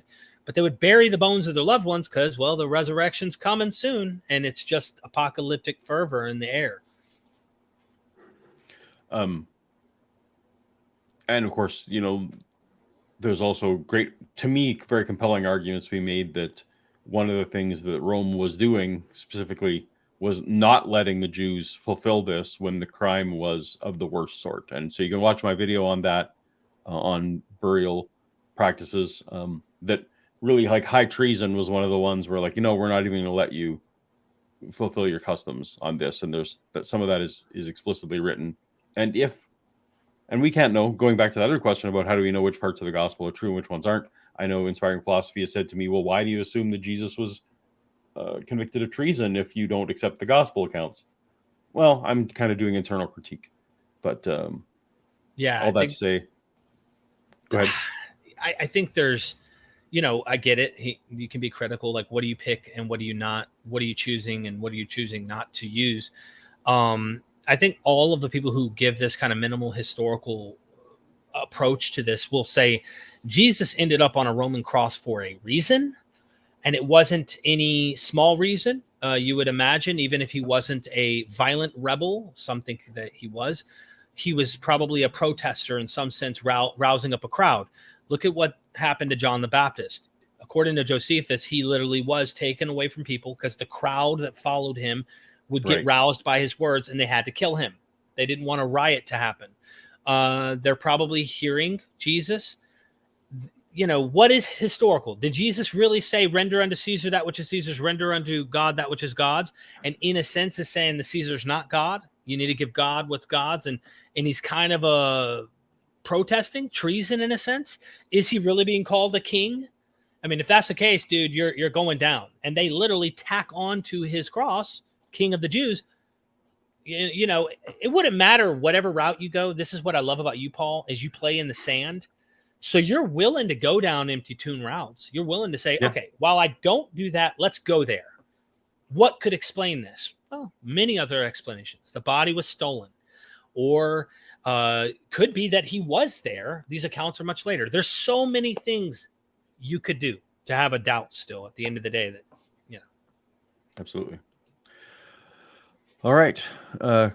Craig and Ford. Hallelujah, dudes. Do you believe that all the other resurrections in religions are made up, and that the Jesus one is the only real one? I'll go with Justin Martyr in a way. Justin Martyr, the early church apologist, who's like, we believe nothing different than you about Zeus and Apollo and Dionysus and like these other gods. Jesus is like those guys, but this one's true, or C.S. Lewis, all of those are myths. And this is a myth too. He mentions Christianity is a myth, but it's the true myth. Come on. And of course, Christianity has many resurrections, so I'm unclear when you have the Frank Turek saying, well, anytime anyone rises from the dead, I just believe what they say. And I'm like, well, where's your do you follow what Lazarus said after he died too? Like there's a lot of resurrections, and especially if you have the zombie apocalypse in from Matthew as well. I was just gonna, dude, you brought it up. Yesterday I'm painting my house, right? Because I'm moving. I was listening to Dale Allison's book. By the way, you skipped a page. We're gonna have to go up again. I'm gonna be your guide. You be my police here. I will. I'm gonna have to help you on be this. In charge. Yeah. StreamYard is a tricky thing. Trust me, it's the serpent trying to get Paul to eat the fruit. Real quick though, in the book he talks about Matthew, and this most scholars who aren't like apologists, that are academics approaching this, will say Matthew is purposely having the saints come out of the grave, because with the resurrection of Jesus, the general resurrection was supposed to occur. Oh. The expectation was that Jesus was the first fruits of the resurrection, and that the general resurrection, which means the resurrection of all things, to put an end to all things, etc., was supposed to happen. That's why he adds this narrative in Matthew 28. I think it's 28, the zombie apocalypse we like to call jokingly. Mike Lacona says that didn't happen and that it means something metaphorical and stuff. He got fired from a job for making this position. This is such an Achilles heel to all of this, if you really examine this whole resurrection thing. Because did it happen or did it not? You have apologists who say, no, that's not historical. Right. Why? What kind of problem happens if you accept that and say that did happen when we have no attestation apart from the Gospel of Matthew? What is going on here? Or why put, for example, Roman soldiers at the tomb in one of the Gospels guarding it? And they don't guard it till a day after he's already been buried. There's just a lot of problems, man. And of course, if you accept that, you also need to accept the darkness. And of course, we talk about argument from silence a lot, where it's like, well, absence of evidence isn't evidence of absence. But you would expect that if for 3 hours the whole world went black, that some other nation, there were other nations who were keeping pretty good records about this kind of thing. Right. So, that's one you kind of would expect for that to exist. Anyhow, Michael I think I found McClendon. Nope, Michael is this McClendon. The one Michael McClendon. Oh, found it. Not a full-on fictional account, but based on one. The drama Under the Banner of Heaven on Hulu explores the religious myth-making and belief in Mormonism. Another Hulu recommendation that I can't do anything about. Thank you, Michael. Appreciate that. I'm going to have to check it out, because when I'm tired at the end of the day, I'll go in there and watch some episodes with my queen. Is Under the Banner of Heaven, is that a documentary series? Do you know off the top of your head? I don't know. I think someone else has mentioned it to me, but I never watched it yet. Okay. Well, we'll Michael's a regular here in the chat, so if he's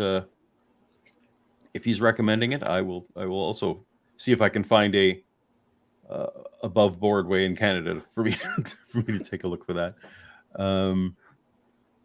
I think this is the next one. It was Caleb Jackson, the guy you had up. No, but this is the next one.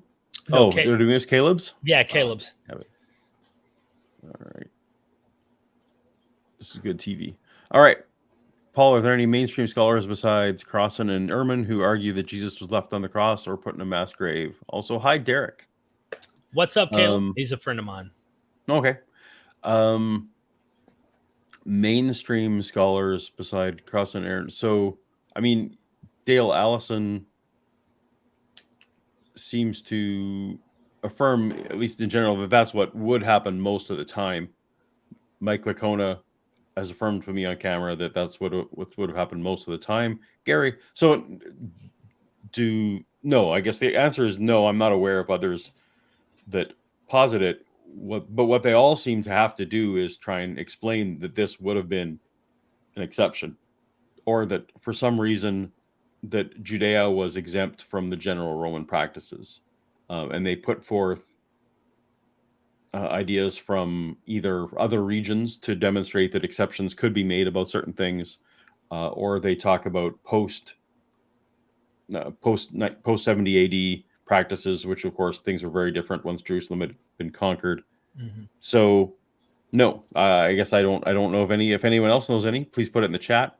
But to me, it just seems like the thing that most likely happened should at least be on the table as a candidate of something that might have happened. That's the way I phrase it. Right. Well put. Your next one's All Craig right. and Ford. Did we not do this one? No. Oh Yeah, yeah, we you did that did. Yeah, one. you did. I'm sorry. Yeah, I'm just yeah. going down. No, because I did it out of order. That's why we're out of order. All right, Wayne. Do you guys have any thoughts on post? Oh, we did. No. Thoughts about post-resurrection appearance narratives being set in Galilee, Matthew, Mark, versus Jerusalem, Luke, John. Go for it. I mean, to just be frank, right? Obviously, this is a contradiction. This is a problem. Allison mentioned this in one of the recordings when I brought up about Bible contradictions. I can't remember what the contradiction was that I brought up. And he's like, that's not even really that great of a contradiction. He said, this one is. And it's exactly what this super chat is. So, Wayne, way to hit the nail on the head. It's not just that early traditions have Galilee the place.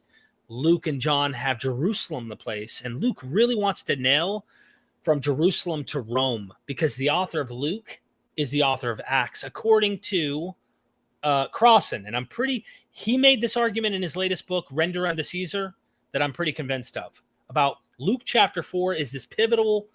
It's already looking into Acts. So if you're looking at Luke, you already have an idea of something projecting into the Acts of the Apostles. Long story short, it's going from Jerusalem to Rome. In this case, though, Mark and Matthew don't tell you anything descriptive about Jesus' post-resurrection appearance at all. Mark doesn't even have it, as Right. Dr. Tabor talks about, apotheosis. He's ascended on high. It's the idea that once he's buried, boom, he's taken up. Almost like imagine Hercules jumps on the pyre, he burns himself to ashes, boom, he ascends up to Mount Olympus. Like, it's that kind of idea in Mark. It looks like. That doesn't mean he can't come visit them in Galilee, but that's what it looks like in Mark. In Matthew, he meets them in Galilee. So he's there in whatever form. Luke, hey, give me that fish over there, Peter. Let me show you what kind of body I have. What happens there, I think, is totally radically different than what we're seeing in Matthew and Mark. And so the body of Jesus is important. He's not a phantom. He's not a ghost. Why? Because people are probably saying, dude, you guys believe in ghosts. Like, you think that this guy's really here, but it's a ghost. And they're like, no, he isn't. You know how we know? My friend, my friend, look at this story about Jesus that tells you he wasn't a ghost. So I will say, from more modern evangelical ideas, this is definitely a contradiction. I don't think that I've seen any apologists not even agree that it's a contradiction. Why I've seen this explained by Mike Licona and others is that this is basically an artifact of time compression and event compression for basically, it's a narrative, an acceptable narrative practice when you're doing a biography, where you might combine certain events that happened at a certain time, even though they didn't, just for storytelling efficiency. And so that they are trying to excuse this contradiction as merely the authors trying to compress the story and give it to us all at once. I don't think that's a particularly compelling argument, but that is the one I'm seeing put forth most often, because if you look at not the long 7-hour debate between Mike Licona and Bart Ehrman, but the more recent one than that, Bart just drilled him on this particular point over and over and made Mike just kind of squirm in his chair during their Q&A session, because I don't find most of the contradiction stuff super compelling as an argument against Christianity per se, but this one, yeah, it's tough to get around. Yeah. All right. If Basilides was the first Christian to quote the Gospels already in the 2nd century, why is scholarship stuck with the 1st century again? Or 1st century origin, pardon me. Yeah, this is a good question. And we're talking about Gospels. So, like, why are scholars thinking the Gospels must be 1st century? I think it's a different question. So, what they're looking at isn't who's the earliest attestation outside of the Gospels that mentions the Gospels to try and give us a terminus ad quem or quo, whatever the whichever one that means earlier. And it's really an internal argument. So they're looking at the Gospels. The earliest person outside of the Gospels that mentions it, we can at least say, oh, by that time, a gospel or that gospel mention already exists in some form. That's the problem with the Gospels, too, is a lot of them are redacted, edited. Early church fathers were probably playing with these things. Irenaeus probably didn't like Marcion's gospel. Some argue, not all. Dr. Litwa thinks that Luke, a proto-Luke, which was the gospel of our Lord, was like some form of a previous Luke gospel that Marcion had. And Irenaeus said, oh, hell nah. So he edits it, and now we have canonical Luke. I don't know if that's true, but like, it's the internal stuff. Like, they're anticipating this 70 AD event as if this is pivotal to the end of history in Mark and Matthew. Luke still has it, but Luke's trying to play down that whole apocalypticism. And they're thinking, okay, this is written post-war, Mark, but not so post-war that it isn't pivotal to the expectation that these are the signs that the end is near. This is why a lot of academics take the internal approach to the Gospels and think, all right, they know too much about 70 AD, therefore it's probably after 70, but they're hinging so much on 70 AD that that's probably not written in 110 AD.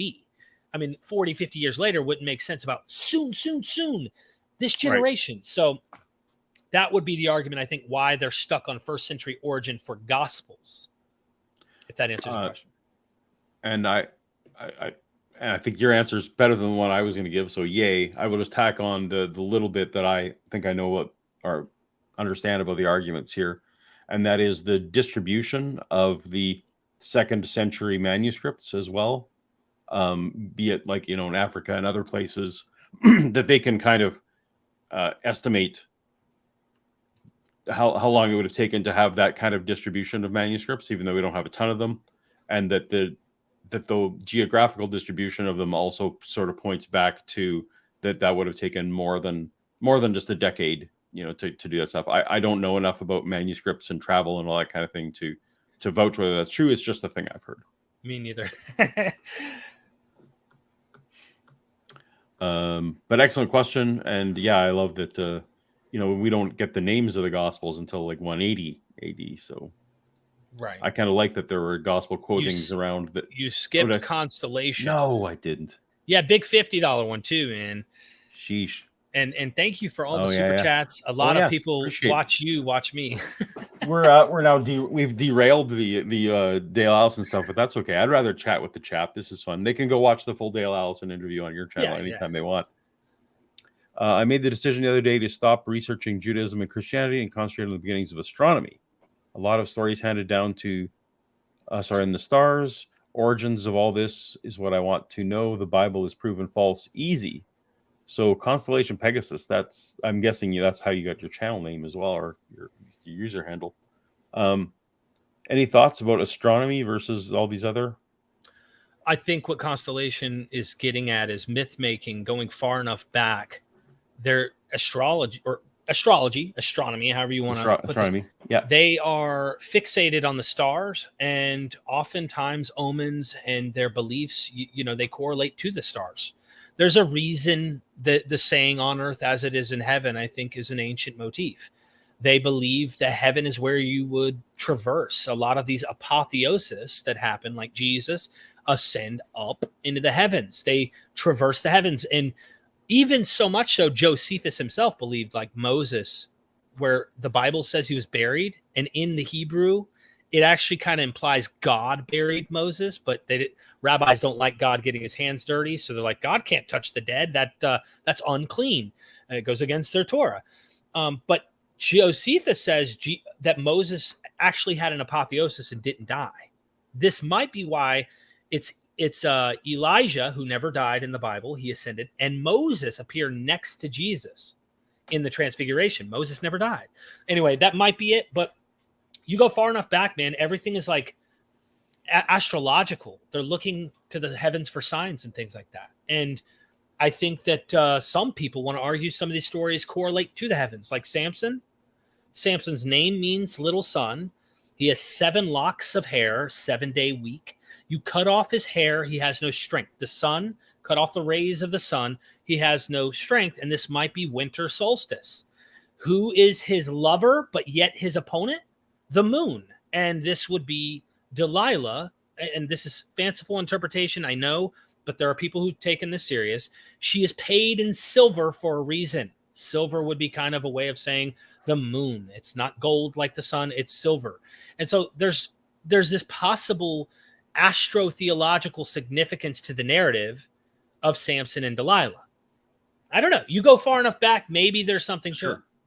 Well, if you go all the way back to our earliest parts of the Bible, although it's not earliest, but if you look at the Enuma Elish and Genesis chapter 1, I've definitely seen a lot of commentary where it talks about how that even those scholars that accept the Enuma Elish predates it, that Genesis 1 was actually a reaction to the sun and the moon worship.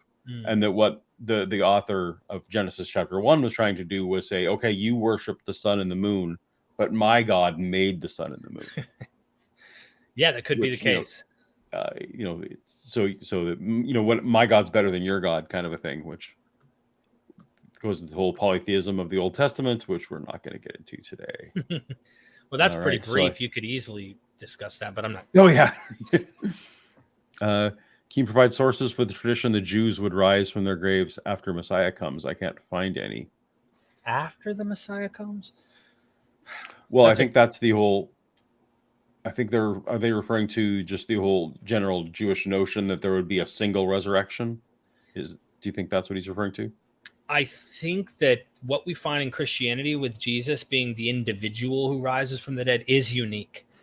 That is something that you don't find like, oh, when the Messiah dies and rises. But it's saying the tradition that Jews would rise from their graves after Messiah comes. I can't find any. I don't know off the top of my head. I think the guy to ask would be James Tabor. He knows Jewish and, the Mediterranean world, meaning Greek, Roman sources, things like that. He has a great balance in both worlds. And that would be the guy I would like to ask. But I can't think off the top of my head any particular sources.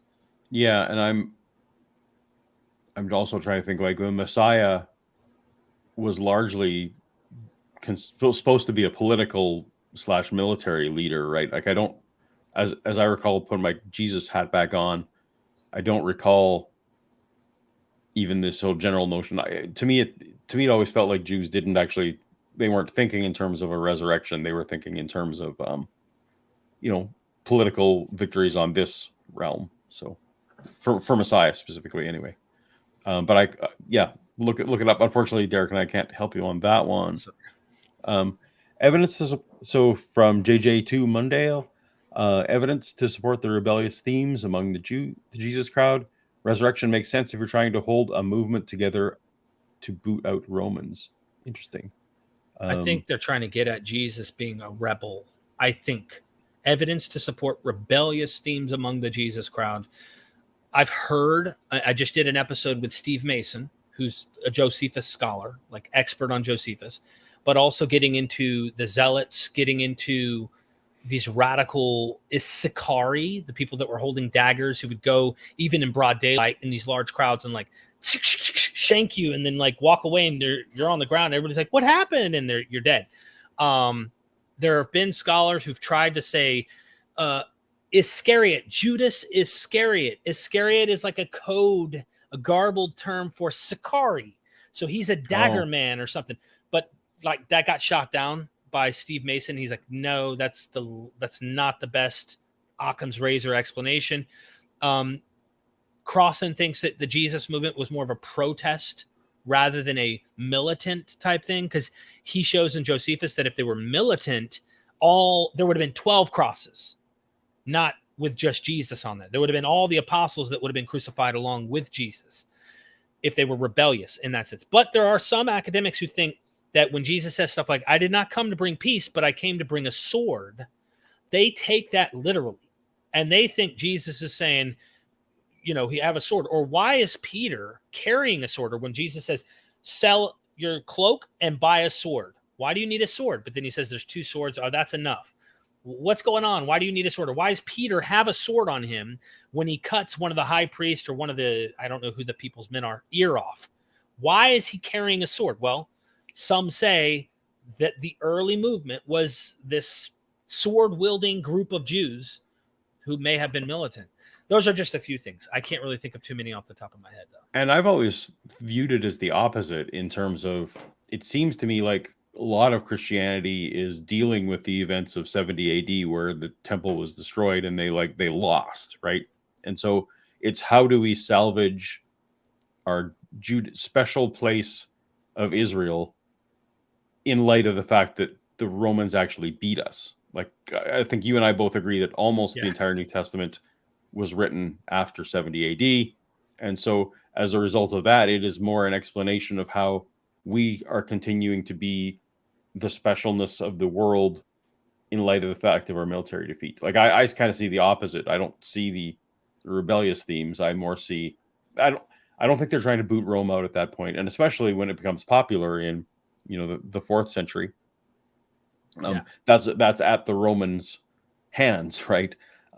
I think the most rebellious book in the New Testament is the book of Revelation. If you read that, I think that book is saying to hell with the Romans. I really think that book is just so anti-Roman. It's not just that Nero's the beast, but that he is hoping that this whore Babylon that I do see as coming out of the sea. This is why when people try to say the whore Babylon's Jerusalem, get out of here. That's a preterist interpretation that I used to hold to, and I know, but that comes out of the sea. The Phoenicians came out of the sea. The Babylonians came out of the sea. These are Greek-faring people, they're boat-faring people, Romans, Greeks, you name it. They come out of the sea, and they are the enemy. And it's not that they're going to wield shield or swords and whatnot, but there is the idea that the elect 144,000 virgins, and I don't know if that means literal virgins or if it means they haven't been defiled by the whore, which is Rome. Right. And that they haven't bought into taking the mark, that kind of stuff. That symbolism of them saying, like, don't participate in what Rome is doing, that they're going to get defeated. And the holy warriors of God, of Christ, are going to come with swords and they're going to defeat Rome. I think that's about the most rebellious book in the New Testament you can get. Anyway. And this, my friends, is why you should, if you're not already subscribed to Derek's channel, you should be, because he knows his stuff. This is great. I try to. We have a super sticker. Thank you. Thank you so much for the super sticker. Gary. Oh, Gary. All right. It's my buddy Gary. That's why I said that. Yeah. Oh, okay. I noticed in the book of Revelations, there is language regarding false apostles. The language reminds me of Paul's criticism of Peter, James apostles. What influence did Paul have on Revelations? I think you mean the book of Revelation, I assume. Yeah. So it's singular, which a lot of people get jumbled up on that. No big deal. Yep. But yeah, there's a back and forth, I think, going on here. I am of the persuasion by Elaine Pagel's work on the book of Revelation, and I think Dr. Tabor agrees with me here. I'm not 100% sure. There's a few academics. Crossan thinks it could be, but he says it's too much into the minutia detail to make a dogmatic claim. In Revelation chapter 2, he's talking to the 7 churches in Asia. He's rebuking one of these churches because they are being defiled by this woman. It's described as a woman as she is having them eat meat sacrificed to idols. That's a no-no to the author, Right. John on Patmos. Who said that you can eat meat sacrificed to idols? Paul. Uh-oh, Paul. What the heck, dude? There goes your Christianity.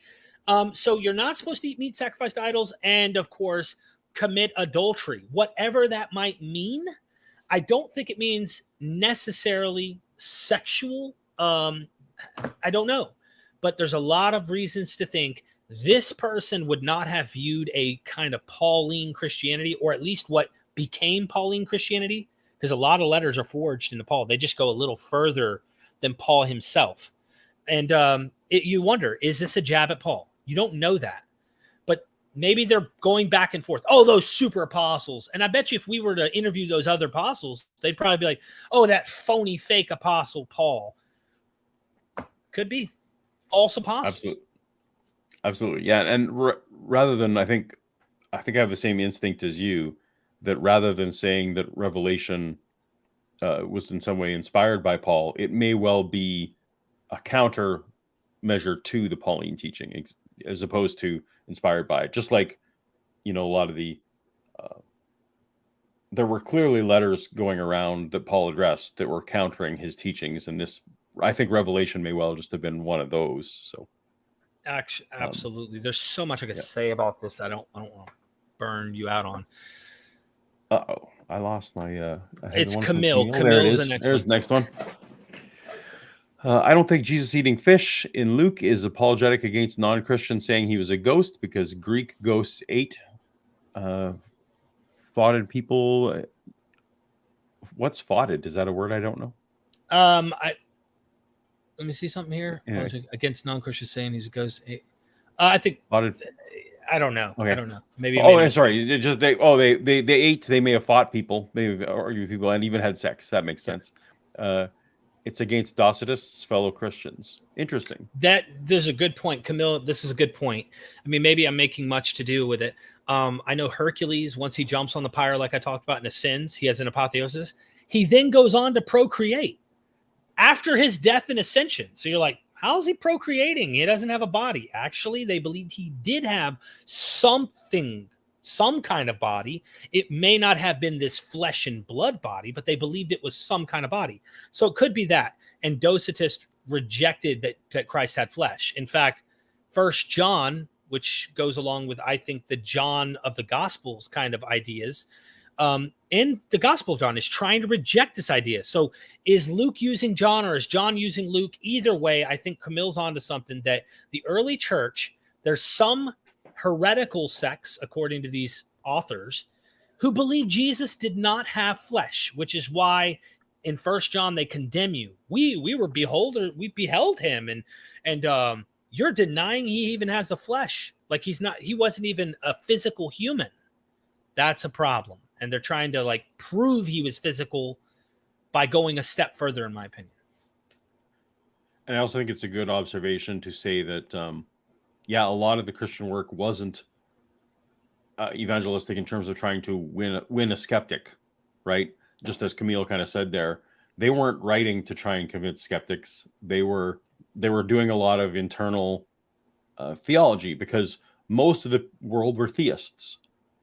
So sussing out Gnostics versus all these other things was much more in line with them. In fact, it's a little bit of trivia I learned a little while back that of course Christians were the first atheists. Yeah, or at least they were called that for sure. They were called atheists, because they didn't believe in enough gods. So I think Camille, there's a lot to this, that these were internal critique fights, not attempting to. I do want to mention one thing about this docetics, just to make this point. Yep. You kind of wonder, all right, if Luke is reacting to docetics and John is reacting to docetics, which I think it is. I think it's dealing with the Gnostics. Is it plausible that what we're looking at here, why would Christians have had docetic ideas? Where did they get the idea that Jesus didn't have a body? Is it possible that Mark or Matthew could be used by Docetists?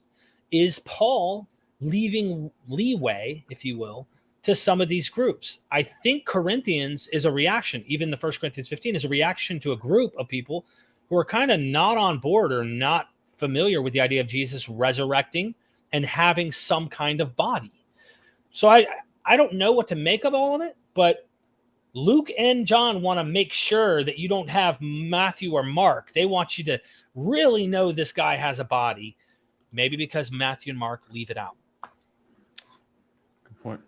So you correct me if I'm wrong. I think we're caught up on super chats now. Let me double check just so you don't get in trouble. You're caught up. All right. So you have time to do one more. Yeah, Dale I'm all yours. I got time. All right. What do you think of the minimal facts approach to proving the resurrection? I agreed with this and then said, but I can't infer resurrection from it. So what I did is I constructed an alternative scenario which accepted all the minimum facts and yet didn't entail Jesus rising from the dead. I did this playing devil's advocate, but I thought I did a good job of playing devil's advocate. So I don't know how they will respond. Gary's supposed to have a big giant book on resurrection out fairly soon. But what I did is say, okay, here are the minimal facts. You say they point to resurrection. I say, let's take these minimal facts, and here's an alternative scenario, which is a skeptic scenario, not my scenario, but it's a skeptic scenario in which all these things are true and Jesus did not rise from the dead.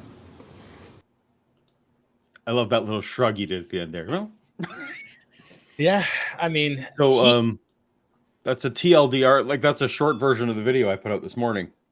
Really, to 90 second. Go. What were you gonna say? no, he impresses me. I was shocked to hear him, someone who does believe Jesus rose from the dead. Dr. Allison, put on your skeptical hat, because in his book, he talks about these 4 different schools of thought that are going on, and he says, I am these 4 people. Yes, that's the book. And he's like, I am these 4 people. I'm the skeptic, I'm the believer, I'm this, I'm that. And I asked him, like, what if there was an empty tomb and you believe that is a minimal fact, that there was some type of tomb that was empty? What best explains the data? And I guess we're going to have to tease people with, maybe we can go deeper into an episode, but there are legit archaeological, we know, tablet inscriptions, stone inscriptions, warnings from Rome. These are high ups. You don't write these things if it's not common, of people that are robbing graves legitimately. So he went beyond this. He says, if you were a noble human, like today, Elvis Presley has all these post-mortem experiences with people. He was so beyond the average human. He was special. So they have these, oh, he's alive. Look at Tupac. He's alive, right? Machiavelli. Right. Jesus was like this. And the point is, when you look at this idea of his body would have made magic even beyond what we call magic. But he would have had such potency with his body as such a noble human being that they would want his physical body to put into a magical practice, probably cut it up and use it in some type of incantation or magical tradition or whatever. So he said, if you look at the actual historical archaeological data, Jesus's body would have been taken by some people, what we call magicians or miracle magical practices. And there's warnings that if you get caught stealing bodies, you will be put to death. Or right. Nazareth inscription, yeah. Like, why? Was this, it makes you wonder what the heck was going on in the first century? Like, well, so the apologists say, well, that's an obvious, those are obviously reactions in their view to the rumor that disciples stole the body. But you and I do want to do a whole video about that. Yeah. But so I love this point, because I do want to do a whole video about it. What I did, again, just going back to what Dale just said, though, I don't like the minimal facts doesn't always include empty tomb, and as Gary and Mike don't officially use empty tomb as one of their minimal facts. Just what I liked Dale getting on record there was just that, sure, these are scholars accept these facts, but even just me who believes it can come up with all kinds of reasons that those minimal facts don't add up to resurrection. I mean, it's just, can we stop using minimal facts already? Or Christians, if you want to convince us, stop using minimal facts because people on your side are coming up with alternate things to fix it, to fit. I think you're right. And that's why I opened up this whole live stream with you saying, I love Dale.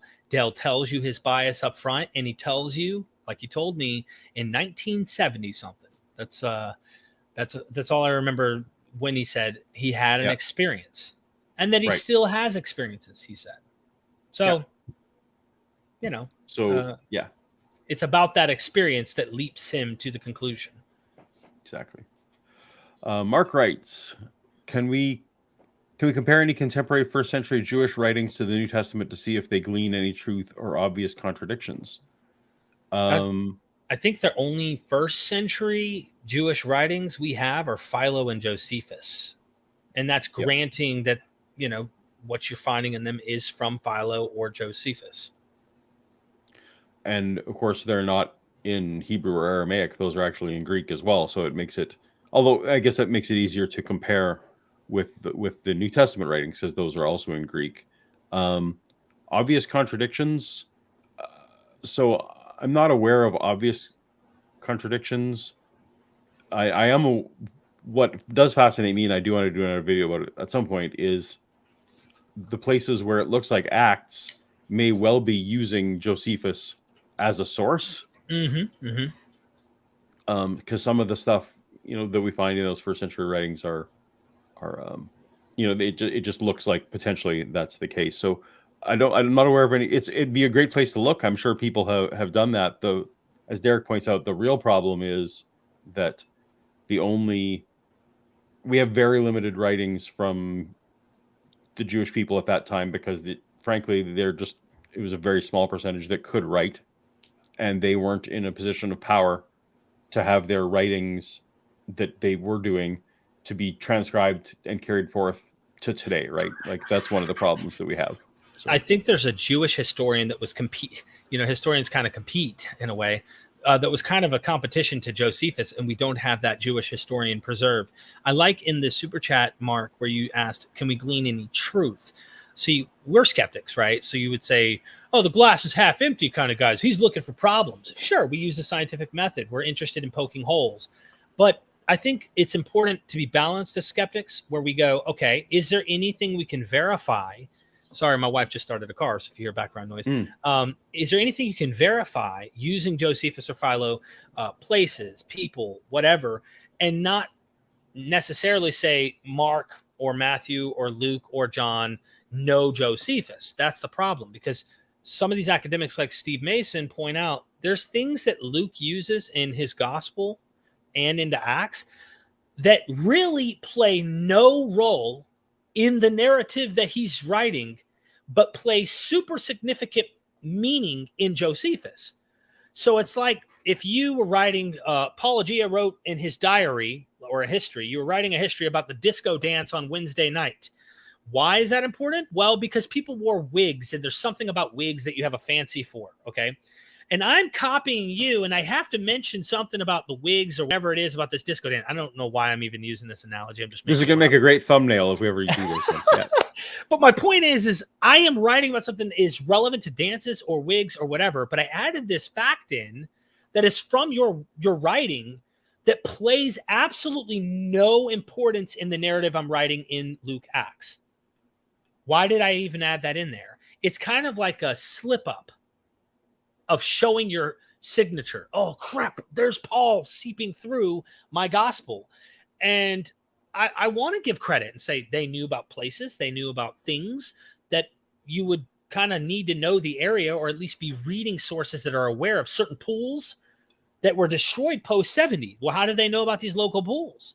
If they didn't exist after the war, someone wrote about them or knew about them before the war. And this is the stuff that Christian apologists love. They find hope and they go, see, how did he know about that pool? It's 5 true. colonnades at Bethsaida.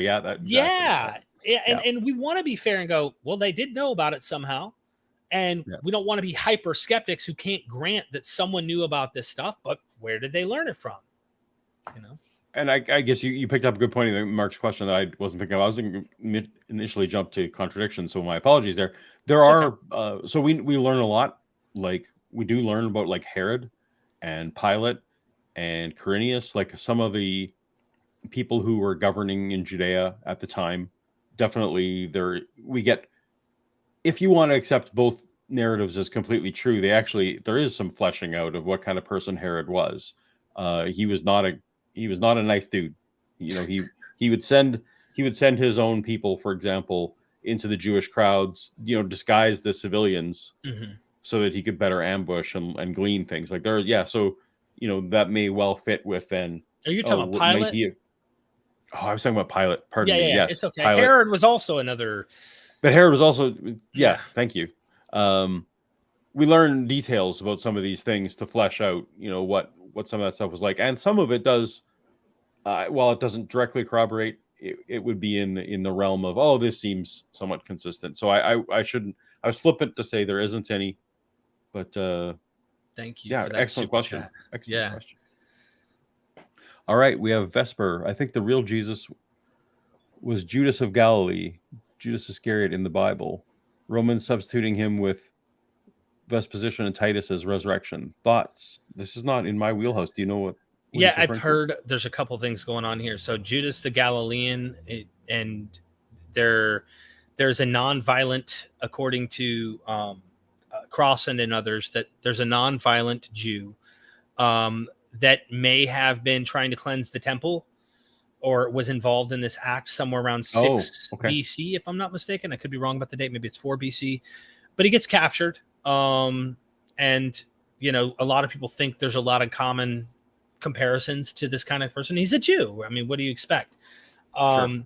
I don't know exhaustively. There is a book multiple books written by a guy, and I'm trying to think of his name, where he literally thinks there's like 42 comparisons between Jesus and Judas the Galilean, and he thinks Jesus is Judas the Galilean. Daniel Unterbrink is the guy. Okay. He's not within academia. He's kind of on the outskirts, a fringe idea, but he tries to equate the two. But then there seems to be something you've done here in the super chat where you talk about Romans substituting him. I think he's talking about Judas Iscariot, I think, or Judas the Galilean, either way, with Vespasian and Titus as resurrection thoughts. So then you bring in Joseph Atwell and kind of a Roman provenance thing.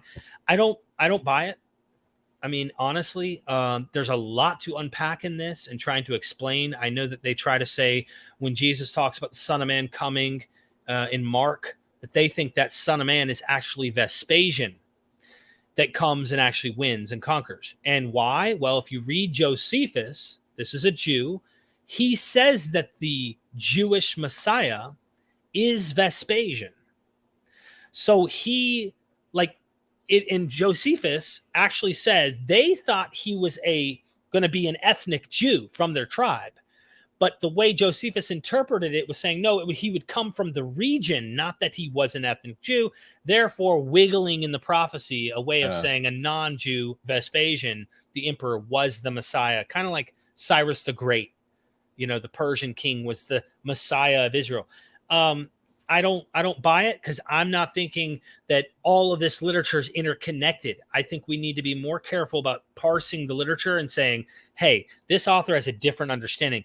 In the New Testament, they don't even agree with each other. So I wouldn't make the leap to say Josephus means what the New Testament means, and the Gospel Mark means what the Gospel Matthew means, what the Gospel Luke means, what Paul means. What I am very careful about taking a scalpel and a magnifying glass and saying, what did Paul mean? I don't care what Mark meant. What did Paul mean? What did the book of Revelation mean? And if you're not doing that, you're not doing serious scholarship, in my opinion. Sorry for the long.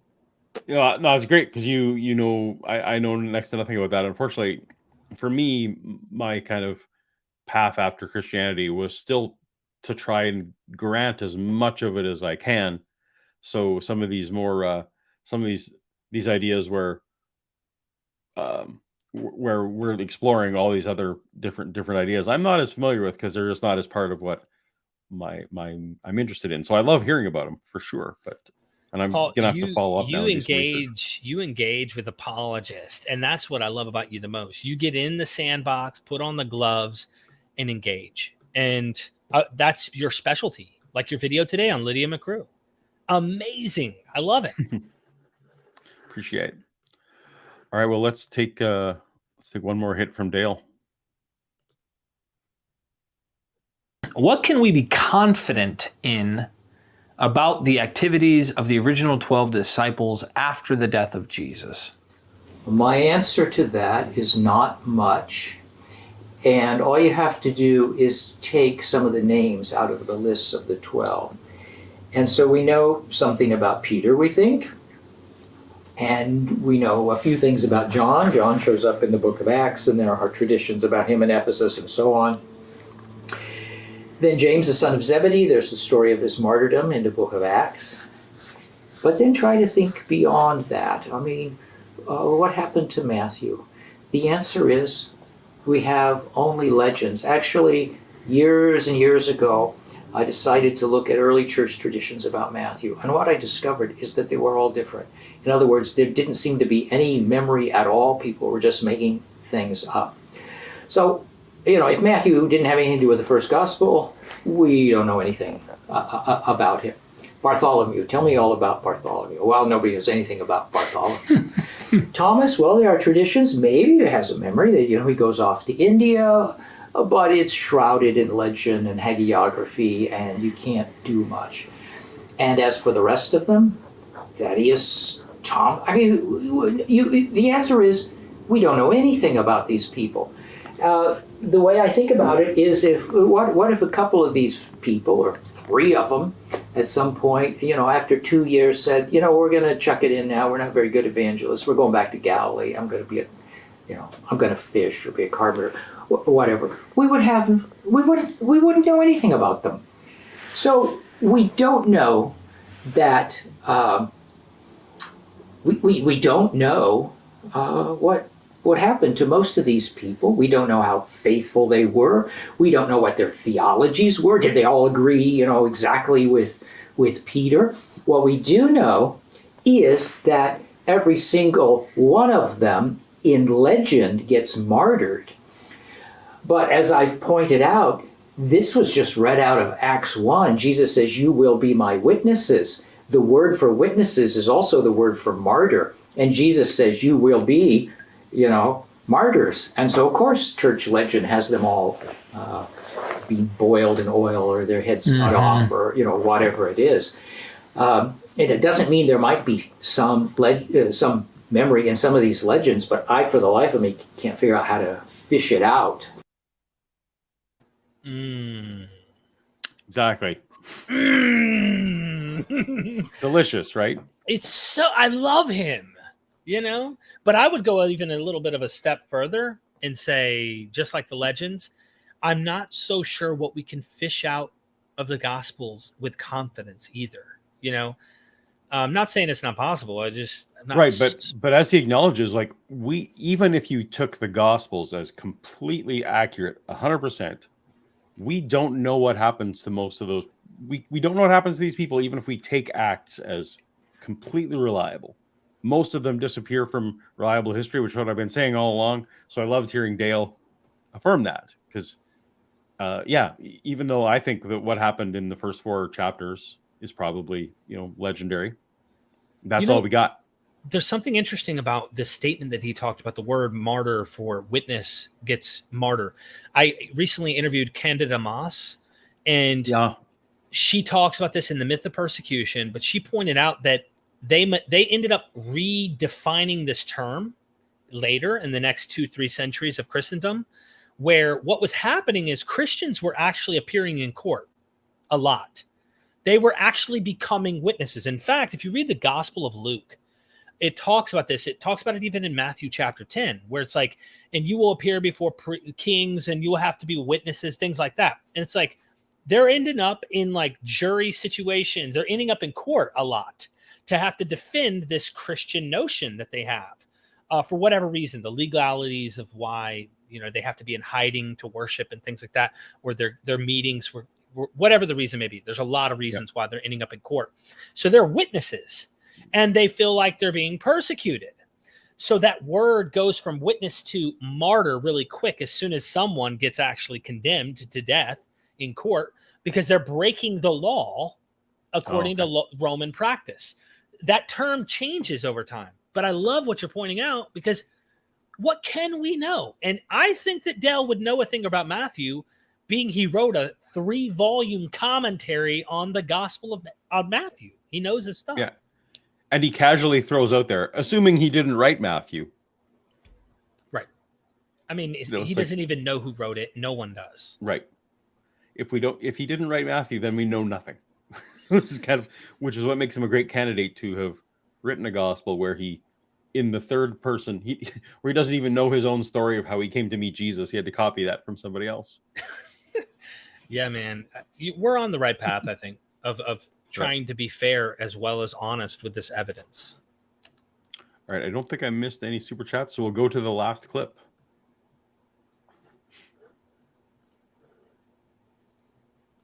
Super chat your questions. Uh-oh. Did I miss? Oh, yeah. That's a super chat your questions if you have any. That's right. If you want to keep the stream going, that's what it's going to take. Martin Hingle thought differently, but I haven't been convinced yet. He thought the titles were probably original to the Gospels. I think they're probably 2nd century add-ons, which would explain, for example, why the title, according to Mark, occurs sometimes at the beginning, sometimes at the end in some of the documents. Anyway, the tradition that... Oh, that was the end of that one. I thought I had a green marker. I had a black marker. So what I just was interesting with that, and that was actually new to me, that sometimes the gospel according to Matthew was at the top of the scroll, sometimes at the bottom of the scroll. I knew, as far as I know, neither you are manuscript experts, but I also have heard that has been found on the outside of the scroll as well, and not part of the body. And the reason why any of that is significant and why I wanted to include it was just further evidence that this was not part of the long tradition. This started somewhere 2nd century, and not, we don't have the manuscripts before that, so we don't know what they held, but these are at least plausible things. The fact that it moves around makes it plausible that it was never there to begin with. So yeah, I don't know. You take this too much. You take the same thing away? I would say, yeah, I'm walking away with a more skeptical approach on who wrote these to begin with, especially in light of how much legend. So if people like Dale, who are probing into this or are trying to give the benefit of the doubt, are walking away going, he would love for them to be the authors, I'm sure. He's being honest. And I'm with him on that. I would rather approach this and being honest and trying to say, what can we know and what we can't? And I think that the evidence that he walks away saying, no, we can't know who wrote these, that's honest. Because sometimes he'll, even in his book, I feel, go beyond what the evidence says to kind of support an idea. And if he's not doing it with this, I don't even see this being close to, yeah, we know who wrote these things. That's why I'm thinking he's on the right path. Now, if there are any Christians in the audience, or people are going to throw Dale out as not a true Christian, no true Christian. In that same interview, if you listen to the full interview on your channel, he does later affirm that he thinks that John probably wrote John. So it's not that he is in my camp where it's because we can't know, I'm going to throw it all out. Mm-hmm. Dale does accept some of the stuff. He takes the evidence as strong enough for some of the things. So all we're trying to demonstrate is that Dale is honestly looking at the evidence and making his own decisions case by case. He doesn't think Matthew wrote Matthew. He thinks John wrote John. It's possible to look at the evidence and not go with your party line, be it the skeptical line of me and Derek or the evangelical line of the apologists. The real scholars find some kind of middle ground. That's really it. All right. Who would win in a fist fight, Josephus or Paul? I'm assuming Paul the Apostle and not me. Yeah, Paul the Apostle. I would say Josephus, in my opinion. And the reasons, Paul liked to get beat up. If you read it in his letters, he's like, I've been whipped 39 times. Now you could take a beating. Maybe he can give one. But I don't think I don't think he himself was a fighter type. Now, Josephus in his books, he admits to participating in the war against Rome. So this guy probably wielded a sword. This guy probably knew how to have combat, and yet he gets captured as a prisoner of war. Paul, I mean, there's arguments that Paul may have had sight issues. He see with which True. I write my big name, he says in his letter, and like you kind of imagine this guy can't see very well.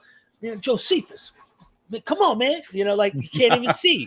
So I don't know. This is a funny super chat. I really appreciate it. But so, and I'm going to disagree with you. So Josephus, in my mind, he is a bit of a traitor and a sellout, right? Like he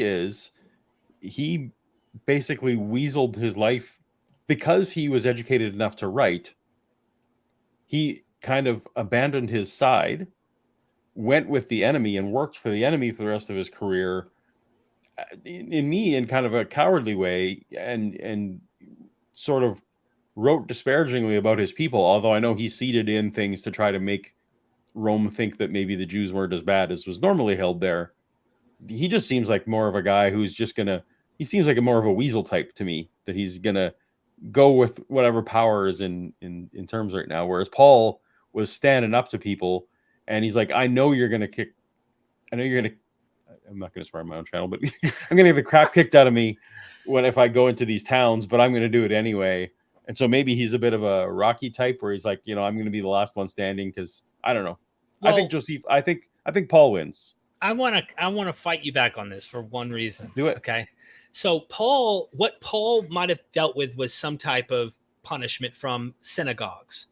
So they're whipping him. They might have beat him up a little here and there.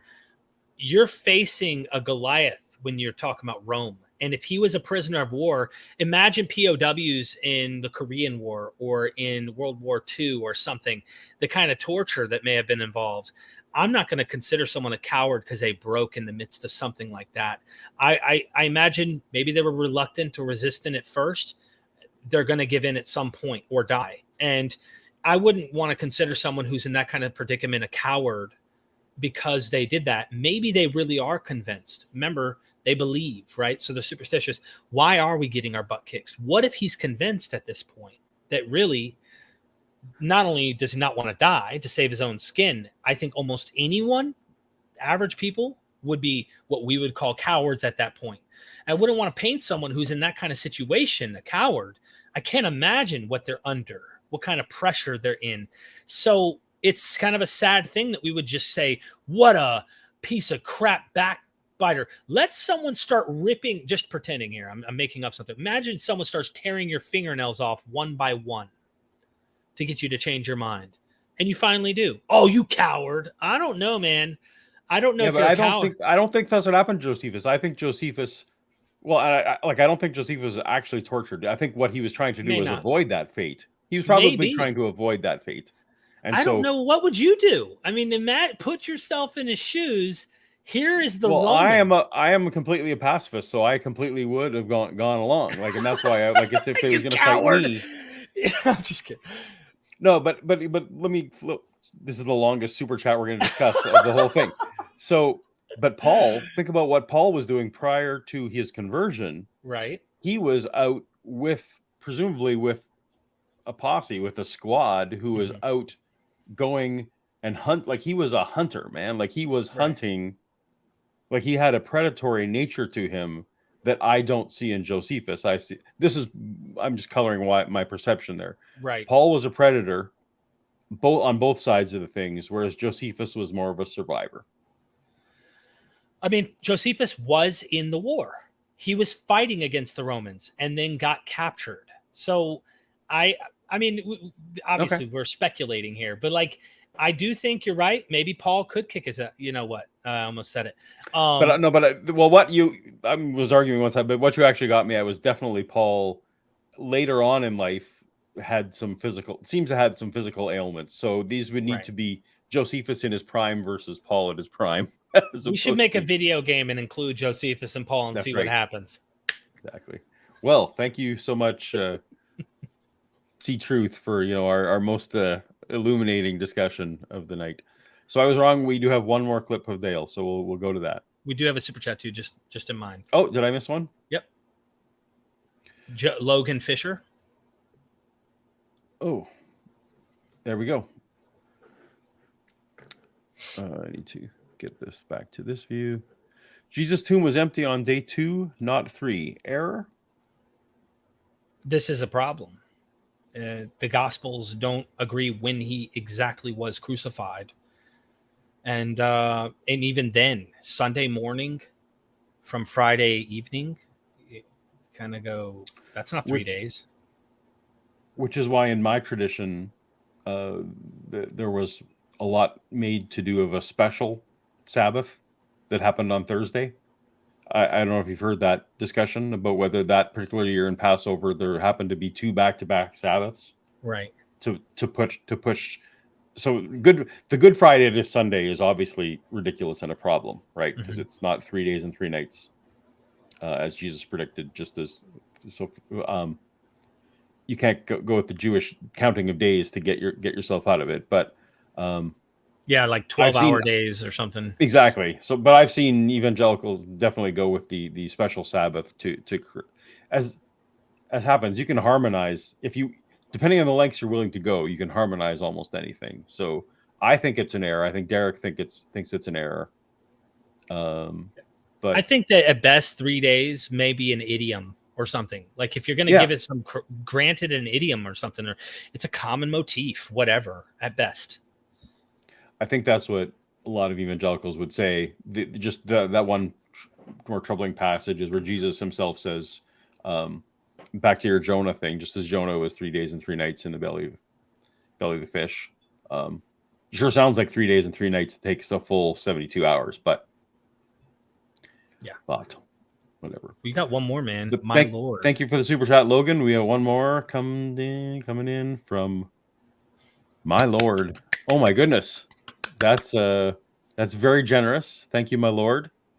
Maybe that's what you wanted me to say. Thank you, my Lord. Thanks, Paul G. Keep up the good work. I am trying to keep up the good work. We're waking up early and getting the stuff done. Yeah. All right. One last clip from Dale. Mark was John Mark. The author was John Mark, who knew Peter. Unlike many of my colleagues, I think this is possibly true, but I don't know that it's true. So I don't know that it's false. Many of them know that it's false. I don't know that it's false. And if you look at Joel Marcus's commentary, the Anchor Bible commentary on Mark, he says after looking at all the evidence, I don't know what to say. I don't know if it's true. I don't know if it's false. Okay, so that's where I am. That was the end of that. So I included that clip just again to demonstrate sort of the kind of way that Dale approaches these things, which I really respect. I think you respect as well, in that, he's happy to live with the ambiguity as opposed to making false proclamations just for the sake of upholding your own theological tradition, I guess. So he's willing to say, you know what, I don't know if Mark was the apostle of Peter, in the way that other people say, and he just lays it out on the table without having to back him into a corner to do so. And so respect that greatly. I mean, he says, I don't know. And that's why I mentioned earlier, Mark, the Gospel of Mark, I am not convinced is the Apostle Peter for internal reasons. That gospel, as many other experts, I think I line up with here on Steve Mason, you name it, others, Paul. If anything, Mark would have been a guy that was in the crowd of Paul, not Peter. Because he has all the 12 looking bad, and he's using Pauline theology in his gospel. And so there's this break. Paul and Peter aren't on the same page here. If anything, Mark. But the sad thing is, this is exactly what the church fathers kind of do. They create these traditions, and they add, well, he was a follower of Peter. They'd have been better off saying he was a follower of Paul, but there's reasons I think they're trying to also kind of downplay Paul. Paul had such a heavy influence on these Gnostic, what we call Gnostic sects. So they're trying to orthodox Paul and meet Paul, and they're trying to do something tricky here, and I can't quite put my finger on it, but it seems that, if anything, Mark is Pauline, not Mark or Petrine, my opinion. not just mine, but many other experts. So Awesome. Well, that is an excellent place to leave it. I think we are caught up on our super chats. So I want to thank Derek again. So give us a plug, the name of your channel. Myth Vision Podcast. I really do appreciate you. I take a very, very, very, very, very deep dive into all of this material. You're going to hear academics from all sorts of schools so the audience can make up their mind on what they think makes the most sense. I'm not interested in making you think like me. You can come as you are, as they say. And I really mean that. I don't have plans on changing you or telling you, you need to be cleansed of your sins. But seriously, I love this stuff, Paul. I've been looking forward to do an episode with you on your show. Maybe one day I can turn into a cartoon character if I'm lucky.